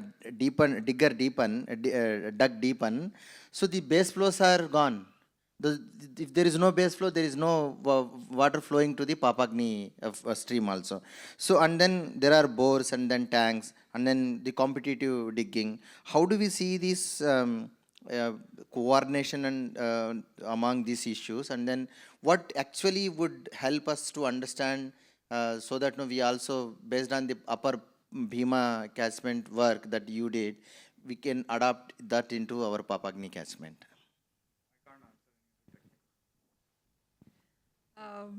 Let me see if I can keep track of your questions. Your first question was on transboundary issues, right? I mean, I think you asked very hard questions that cannot be answered or dealt with in one exercise or one conversation. The first step that we did was why we focused on Upper Bhima, because like Ashwini was saying, there is a Bhima basin which has an upper part and a lower part, but the Bhima river flows between Maharashtra and Karnataka. We focused on Upper Bhima because we wanted to minimize the transboundary issues between states. So Upper Bhima is, 99% of Upper Bhima is Maharashtra. So, and it's the upper part of the basin. So whatever happens there, it will impact in what happens there and also below, right? And there's nothing upstream, so things can be contained in that particular basin, right? So that was our first approach. Okay, since we are starting, don't want to, because Upper Bhima basin, like everybody shared, is rife with several issues, has more than 200 dams and pollution and agriculture, everything is there. So to at least have some bit of control over that, so we focused on Upper Bhima basin as it falls in one state. While you talked about districts and talukas, that is something that will need to be dealt with as we start, as the Upper Bhima collective members start with their ongoing projects, and they've been dealing with it with their own projects in the past, so they have the know-how. Yeah.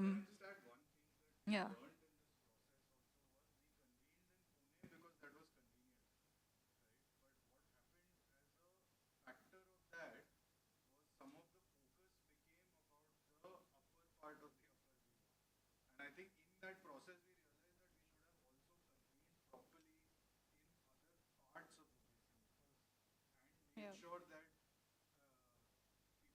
people who work with a focus in those parts are also present. So that's the thing. I think our role is not necessarily to say we bring the expertise. The expertise already exists. Our role is also to curate the right people, and we learned that. That's a mistake we made. So now when we started thinking of, okay, how do we do this? So we Solapur mein September mein workshop hoga, and that hopefully that a new group of people will come in with their experiences and things like that. So that is definitely a big learning we had in the last year or so. And so now when we think about, if we have to work in another part of the country, another basin, what are the locations that we can have so that there is better representation also and curation of the right people that represents the whole thing. So that is something that we made a mistake, we learned from that and trying to work on it. So I think that's one thing. I just also want to say is all these questions are also input for us as to what we should be doing better, where we are working and where we are going to be working. I think one very important thing he raised, what in a way Joy and also said, is this conflicting interests. Basically, it's about transboundary, conflicts, and also within the boundary also the conflict between priorities of water use. So I think what in the process.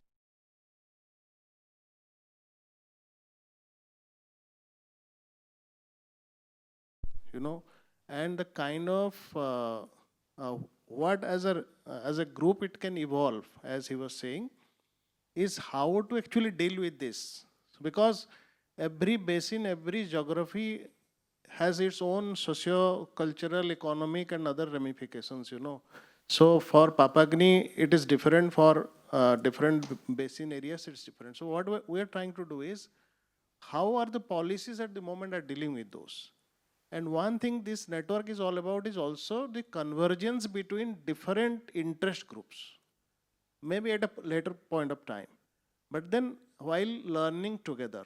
So I think these are relevant questions at the moment, but getting an answer to this at this moment for the alliance, I think we have to work it together. Yeah. Pending question here, we only address the first part. So regarding the other parts of how different interventions impact water and all that, for that, just a short question, you will need to understand the interconnection, water flows in the landscape. The interconnections between surface water to river water flow, the component of base flows, groundwater inflows, outflows, And the better that understanding is, the better we can understand what kind of interventions have what kind of impact on the water volume or water discharge in the river. Yeah. Interest of the other time, I just kept it very short. Otherwise, as I mentioned to you, in Karnataka, the tanks will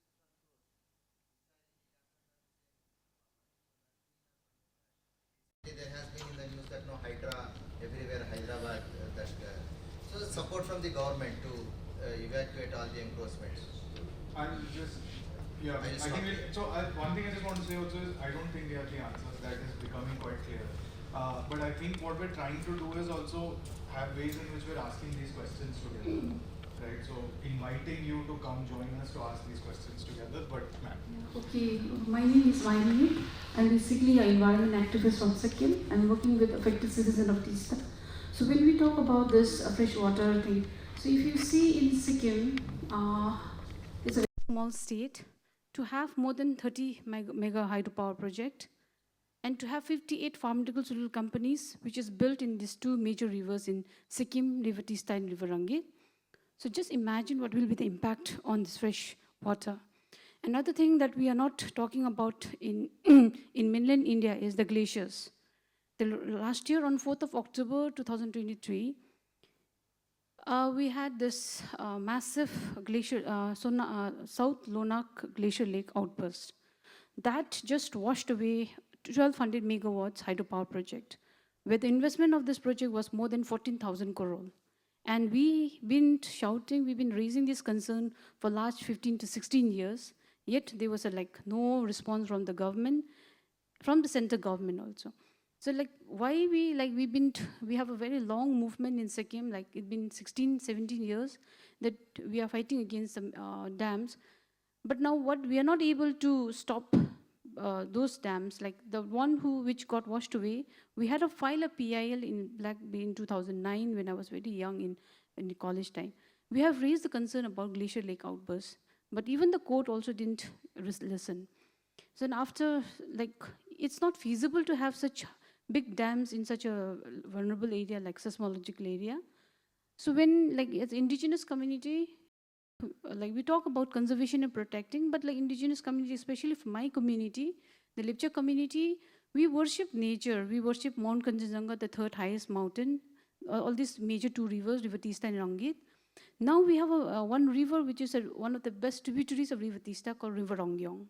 So what we have a very strong, deep belief is after we die, our soul travel back from this river to the foothills of Mount Kanchenjunga, where we call it Pumzulang, where soul resting place. So we are having a difficult time how to save this river from the hydropower.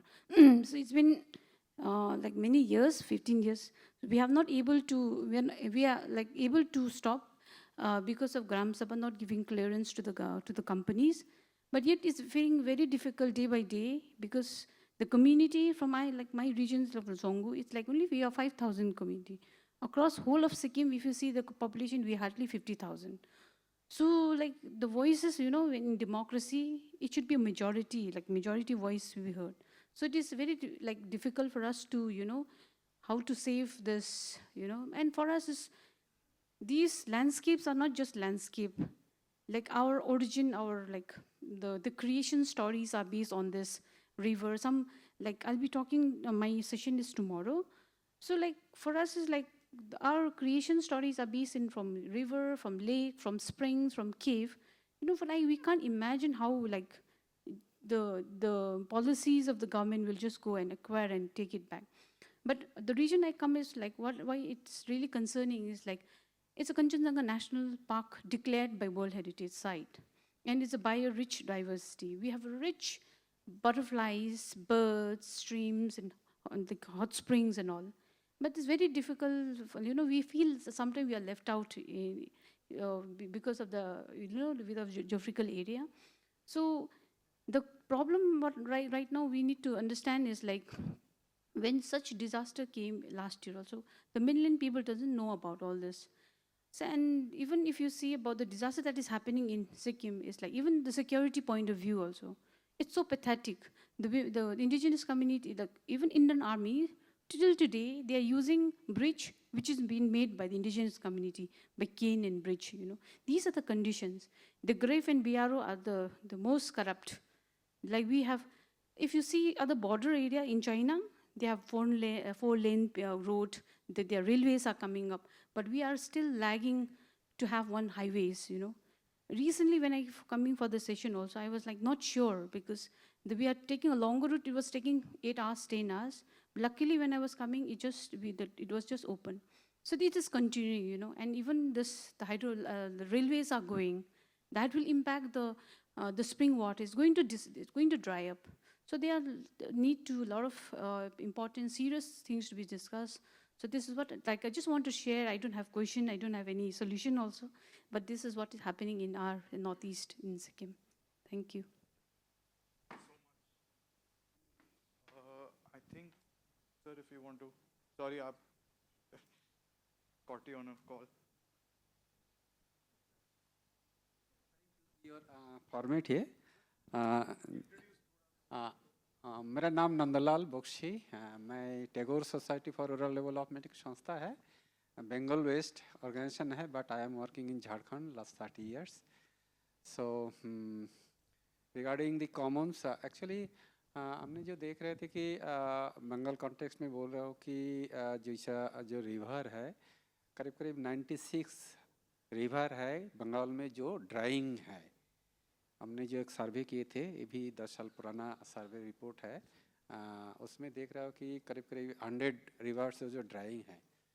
इसमें जो मछली है जो indigenous अगर मछली है तो धीरे धीरे ख़त्म ही हो रहा है तो मिलता नहीं है मार्केट में भी नहीं मिलता है. जो आपने हाईलाइट किए है ना बहुत ही रेलेवेंट है ताकि ये बहुत ही पुराना परंपरा से चलता रहता है लेकिन ये अभी तक नहीं है धीरे धीरे ख़त्म ही हो रहा है. तो इसका मार्केट में भी बहुत प्राइस भी है. तो हमने जो एक इनिशिएटिव लिए थे बंगाली में बोलता है कि मीन मंगल मीन मीन्स फिश तो releasing the spawn in the river open river quintals of spawns हमने रिवर में रिलीज़ किया. एक सेलिब्रेशन का माध्यम से एक कम्युनिटी मूवमेंट क्रिएट करने का हमारा प्रयास था. तो उसमें जैसे गंगा नदी में भी हमने किया बहुत सारा नदी में किए ताकि लोकल कम्युनिटी को इन्वॉल्व करके उन्हें किया. इसमें जो अपॉर्चुनिटी वाला देख रहा हो कि नदी सबसे बड़ा एक एग्जांपल अच्छा एग्जांपल है कॉमन्स का जो सबका है. एक कॉमन्स का बहुत ही अच्छा एग्जांपल है ये पुराना जो दिन से ये चल रहा है तो इसके ऊपर कोई ध्यान भी नहीं है. गवर्नमेंट का भी बहुत ध्यान नहीं है तो इसके ऊपर बहुत ही फोकस करना चाहिए. एक कॉमन्स का मैनेजमेंट कॉमन्स का ऊपर जो अपॉर्चुनिटी देख रहा हूँ इसमें करना चाहिए. तो इसमें हमने जो इनिशिएटिव लिए थे तो उसमें वही है कि फिश को रिलीज़ करना फिश स्पॉन को रिलीज़ करना. तो कम्युनिटी इसमें कम्युनिटी भागीदारी बहुत ज़रूरी है ताकि गवर्नमेंट इसमें ज़्यादा इन्वेस्ट नहीं करेंगे कम्युनिटी खुद से करेंगे तो ये हो सकता है.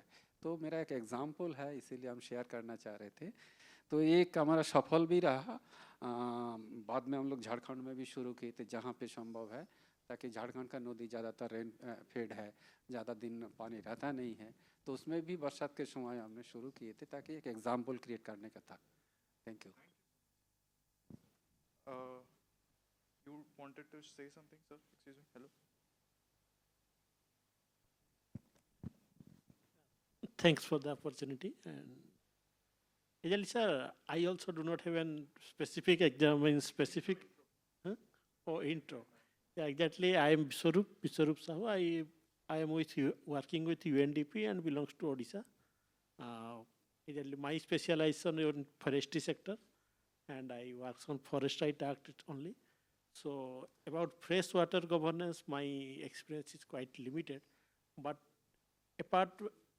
along with that, what I want to say that last year we have piloted and yesterday somebody here, Mr. Otta had also told, we have piloted a project for these hill streams. Basically, if you go to hill regions, not like Sikkim, but in Odisha also, the hill regions majorly depend on the spring water system only. So the tap water system is now quite addressing the drinking water purpose, but for the rest agriculture purposes, livelihood auxiliary activities, we require the stream water only. And the issue with the stream water is now they are no more perennial. Majority of stream waters are earlier perennial, which are now drying up. So we have to think of how to make them or regenerate, revive. We have to derive strategies. The Freshwater Alliance may look into it, that how to work in those with those streams also, because Department of Water Resource is also no more interested in all those things right now. So such alliance is really a welcome stop, because certain policy related interventions are also required, where we can push it into the Department of Water Resource also. In our state, we have piloted that scheme, that project, with the aim that Water Resource Department also look into this hill stream issues, but they are quite not interested. So I hope and wish my best to this Freshwater Alliance that you get success and make the जो communities हैं वो आपसे काफ़ी कुछ benefit पाए. They are not interested. I think, sir, and then sir.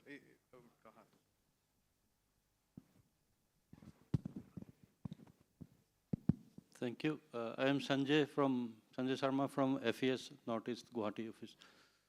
Very glad to hear from Mayal Meet about the Northeast context. In the beginning, I thought we were talking about all the river systems, but I thought we were going a little bit more on Bhima and Papagni basins. One of the things I just wanted to mention in the context of the Northeast, because there's a lot of dynamics. After every, say, 5 to 10 to 15 kilometers, you will find different communities. And across the region, you will find different governance structures. You have Nagaland, Mizoram, Manipur, Meghalaya, all Schedule 6 areas and Article 371A, 371D. So we need to understand about the governance of these natural resources, especially the river ecosystems. And another thing, because these rivers are governed by the local, these village councils or the local institutions are even more powerful in governing than the government regimes. So we need to understand that. Secondly, I just wanted to mention about, I think spring systems were mentioned, previous person.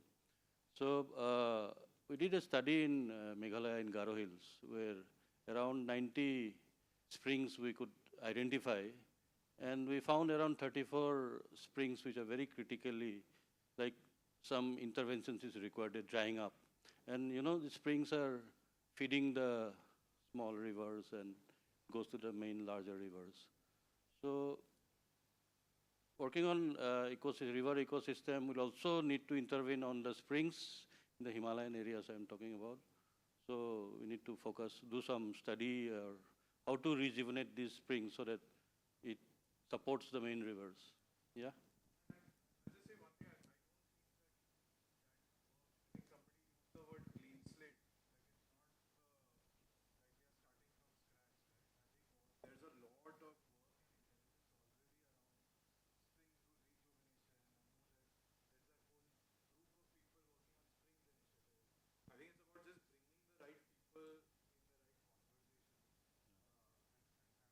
I thought we were missing that, so I was just flagging it.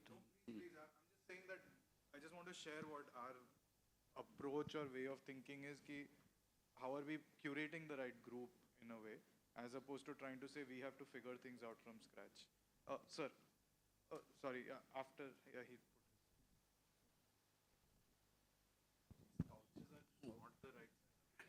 Doctor Sitaram Verma, कृषि पारिस्थितिक विकास संस्थान अलवर राजस्थान से हूँ मैं। हमारी संस्था और जो कॉमन्स हैं उनके ऊपर काम कर रही है। कॉमन्स को राजस्थान में बेसिकली जो है कुछ जगह वेस्टर्न राजस्थान में ऑरेंज के नाम से जानते हैं और ईस्टर्न राजस्थान में देवबनी और इसके नाम से जानते हैं। तो इनमें जो मेन प्रॉब्लम जो आ रही है ऑरेंज के ऊपर कि जो है रिकॉर्ड में रेवेन्यू रिकॉर्ड में ये जो ज़मीनें ज़्यादातर पॉस्चर लैंड, ग्रास लैंड इस तरह से हैं, वो ऑरेंज के नाम से या देवबनी के नाम से रिकॉर्ड में नहीं है। जिसके कारण जैसे स्पेशली आपने देखा होगा वेस्टर्न राजस्थान में गवर्नमेंट क्या कर रही है, उस लैंड को renewable energy, wind plants, solar plants के लिए अलॉटमेंट कर देती है, और जो चरागाह के लिए ज़मीन है वो कम हो रही है। तो अभी हमारी संस्था ने पहले अरावली हिल्स के जो ओरेंज थे उनके ऊपर काम किया था, उसका डॉक्यूमेंटेशन किया था और रिकॉर्ड में लिया था। अभी जो वेस्टर्न राजस्थान जैसलमेर है वहाँ के 100 ओरेंज के ऊपर उनका पूरा डॉक्यूमेंटेशन किया, सर्वे करवाया, कहाँ का कितना कितना बायोडाइवर्सिटी क्या है, लाइव स्टॉक कितना है, डोमेस्टिक एनिमल्स कितना है, वाइल्ड एनिमल्स, और विशेष रूप से वहाँ पे जो वाटर बॉडीज़ थी ओरेंज के अंदर, चाहे वो वाटर स्ट्रीम्स हों चाहे पॉन्ड्स हों, तो उनका सब सर्वे करवा एक डॉक्यूमेंटेशन करके। और एक हमारे जो अमन जी इन्वायरमेंट हमारी संस्था अमन सिंह जी, उन्होंने एक PIL लगाई हुई थी सुप्रीम कोर्ट में, उस PIL के अगेंस्ट में ऑर्डर हुए थे, तो उसके आधार पर अभी राजस्थान गवर्नमेंट ने करीब 100 ओरेंज से ज़्यादा के ऊपर जो एक नोटिफिकेशन जारी किया था उनको एज डीम्ड फॉरेस्ट घोषित करने के लिए डिक्लेयर किया था उन नोटिफिकेशन, तो वो अभी कंसिडरेशन में है। तो इस तरह से जब तक इसका डॉक्यूमेंटेशन नहीं होगा तो ये हमारी जो ओरेंज और जो कॉमन्स हैं वो उनको कोई भी किसी भी गवर्नमेंट जहाँ जैसा उसका वो मिलता है उनको अलॉट कर देती है, और धीरे धीरे जो है उसकी ज़मीनें जा रही हैं। तो मैं यही कहना बताना चाह रहा हूँ कि इसके ऊपर डॉक्यूमेंट से ऊपर काम होना चाहिए, और जो हमारी संस्था में जो ओरेंज के अंदर जो पानी की कमी होती है डोमेस्टिक एनिमल्स के लिए और जो वाइल्ड एनिमल्स वहाँ पर जो होते हैं उनके लिए वाटर बॉडी का जो है रेस्टोरेशन का काम जो है करते हैं, डीपनिंग करते हैं, जहाँ ज़रूरत होती है वाटर शेड के हिसाब से नया कंस्ट्रक्शन भी करते हैं। तो सबसे बड़ा ये है कि इनके कॉमन्स के बचाव के लिए अगर हम ये चाहते हैं कॉमन्स फ्यूचर में ज़िंदा रहें, क्यों आज का जब ये कोरोना फैला था तो ऑक्सीजन की जो क्राइसिस हुई थी वो आप सब लोगों ने हमने सबने देखी है, और अगर कॉमन्स नहीं बचेंगे तो शायद आगे का फ्यूचर जो है इससे भी भयानक होगा। तो इनको बचाने के लिए हम इनका सर्वे करके डॉक्यूमेंटेशन करके गवर्नमेंट में प्रेशर बना करके इनको बचा पाएंगे तो शायद हमको भविष्य में ऑक्सीजन मिल पाएगी, अन्यथा जो है बहुत नुकसान होगा पीढ़ी को। यही कहना बस। Thank you.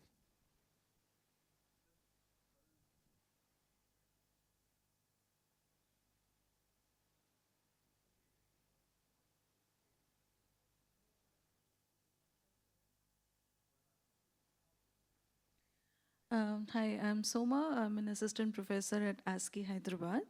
I also work on urban water governance, and along with what has been said about springs in the mountainous regions, there is something I always wondered about, and my work is on Western Himalaya.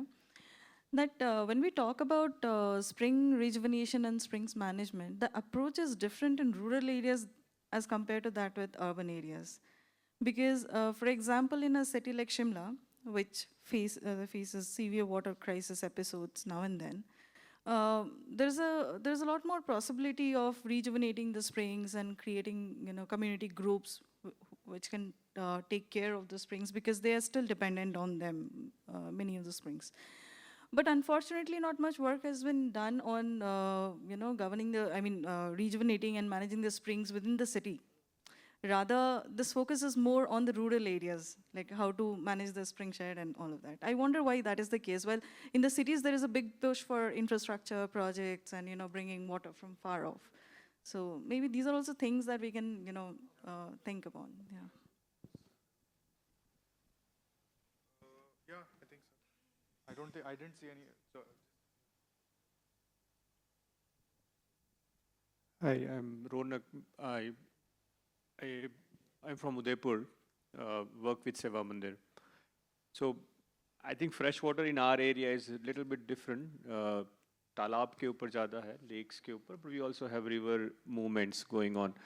I think the last point which was mentioned, मैं उसी के संदर्भ में सोच रहा था कि when we talk about fresh waters, fisheries, agriculture, these are all still areas where there is a direct livelihood interest और उन categories के लोगों को जोड़ा जाता है.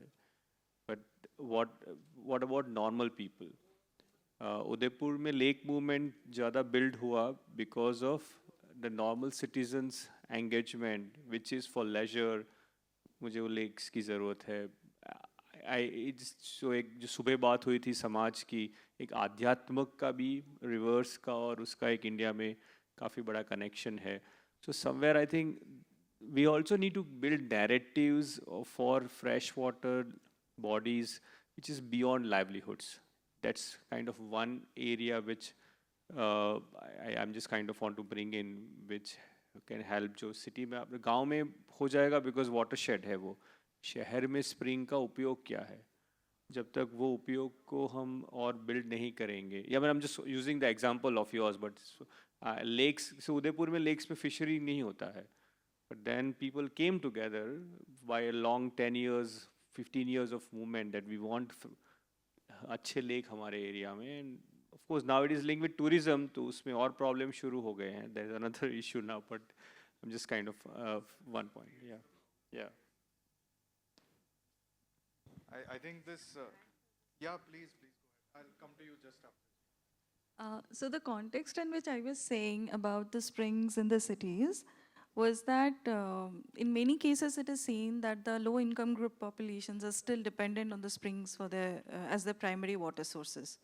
And since these springs are not taken care of like properly, they risk water contamination as well. So, you know, that. Need required in terms of that, and it's mostly, yeah, he's just had his hand. This is in response to your question that you posed about relationship between our expertise of work, that's fisheries in my case, and conservation. Just a brief answer to that. With two examples, one from Manipur with regard to Loktak Lake.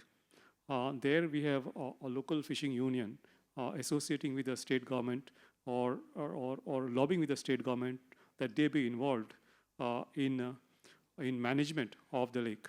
The question that he raised about tourism, that's very much a part of the problem there in Loktak Lake, and tourists are beginning to get preference and locals are feeling marginalized. So the conservation, yes, but conservation for whom? Do you replace local people with tourists? One, about Manipur. Second is about Kashmir, Wular Lake. We have a union of fishing communities there. After certain lobbying, 15 days back, government of Kashmir has formed a Wular Conservation and Management Authority, in which they have included the fishing union as a representative on the management of this authority. And this is extremely good, because our slogan has been that in the conservation, the communities, local communities, may be indigenous as well as non-indigenous, but who are local, should not be excluded from decision making, but should be part of the decision making. The slogan has been nothing for us without us. Thank you. Sure. The word, but angling or leisure fishing also, right? Sports fishing, yes. So how does that intersect with, because I think at our Calcutta conference there was somebody who was talking about that. We have in Sikkim also. Sorry? You have that in Sikkim also, yeah. So how does that intersect with fisheries union? Where does that sit? Like you said, tourists is one thing. But like, maybe these are the sports fishing, they have a particular code of conduct in which they are supposed to catch the fish, get the fish on board, take photograph, and leave the fish back again. That's fish. It's not for the livelihood purpose. If they do keep the fish, that is illegal. They can be raided. Just want to respond to a couple of things that came up earlier. I think वो commons के land category की जो बात थी, I think wetlands में और springs में भी वही problem है कि when you look at the land records, administrative records, those things are invisible. You don't find springs, you don't find wetlands. So it's very easily, you know, wastelands होता है, and it's easy to get rid of them or, you know, do something else. And इसमें एक बड़ी problem है जो data related है कि we don't know how many springs there are and in the country. Even wetlands कितने हैं पता नहीं है. We have done a water body census kind of thing, but उसमें फिर we have to see, keep monitoring कि over time do we have, and you know the bigger ones are there. We always talk of Ramsar sites, but that little spring that the community depends on, or on the small wetland on which you know a small town might depend on, those kind of get missed out. And you know, talking about the urban springs thing, I worked on the Kunnur, which is a small town in the Nilgiris. If you look at the water resources for them, 6 or 7 springs, very high discharge springs in that region, they are the main sources of water. And we worked with the municipality a little bit, tried to understand them, mapped out the catchments, and we had help from Aquadam. We did a geological study, exactly which catchments, which villages you need to talk to and convince them to conserve. And what really happened was that they just were negotiating with, because it's also the catchment of the river Bhavani and all that, very rich, high rainfall areas on in the upper reaches. The municipality negotiated for a water channel, water pipeline from the upper reaches to the town. Just fill up the dams with water from outside the catchment. And it's over. It's an engineering project. Water is coming, and the best thing is we don't have to do anything about it. So that attitude of water is coming, like water is coming through pipes. A spring means you actually understand, it's a living ecosystem from which you are getting it. You have to take responsibility. Somewhere I think it's that administrative management capacity is also not there, where you are actually dealing with, you know, these kind of systems. You take care of them, and then you will get the water, and you will get the other services. I'd like to conclude over here.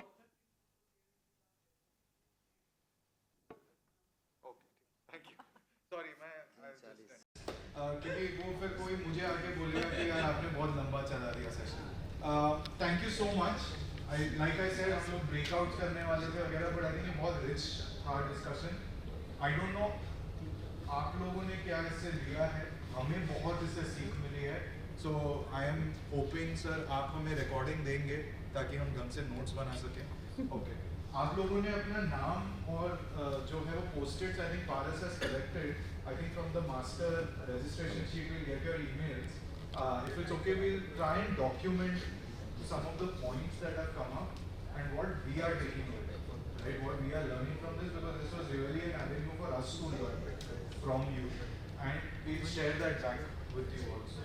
And maybe we can connect a little bit more on how we can do some of this together. But thank you so much for your time and your patience and your expertise. Very good moderation.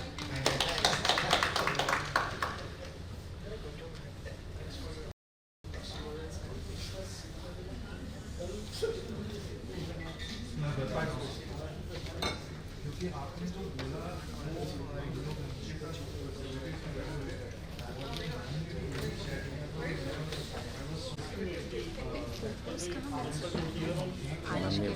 organizer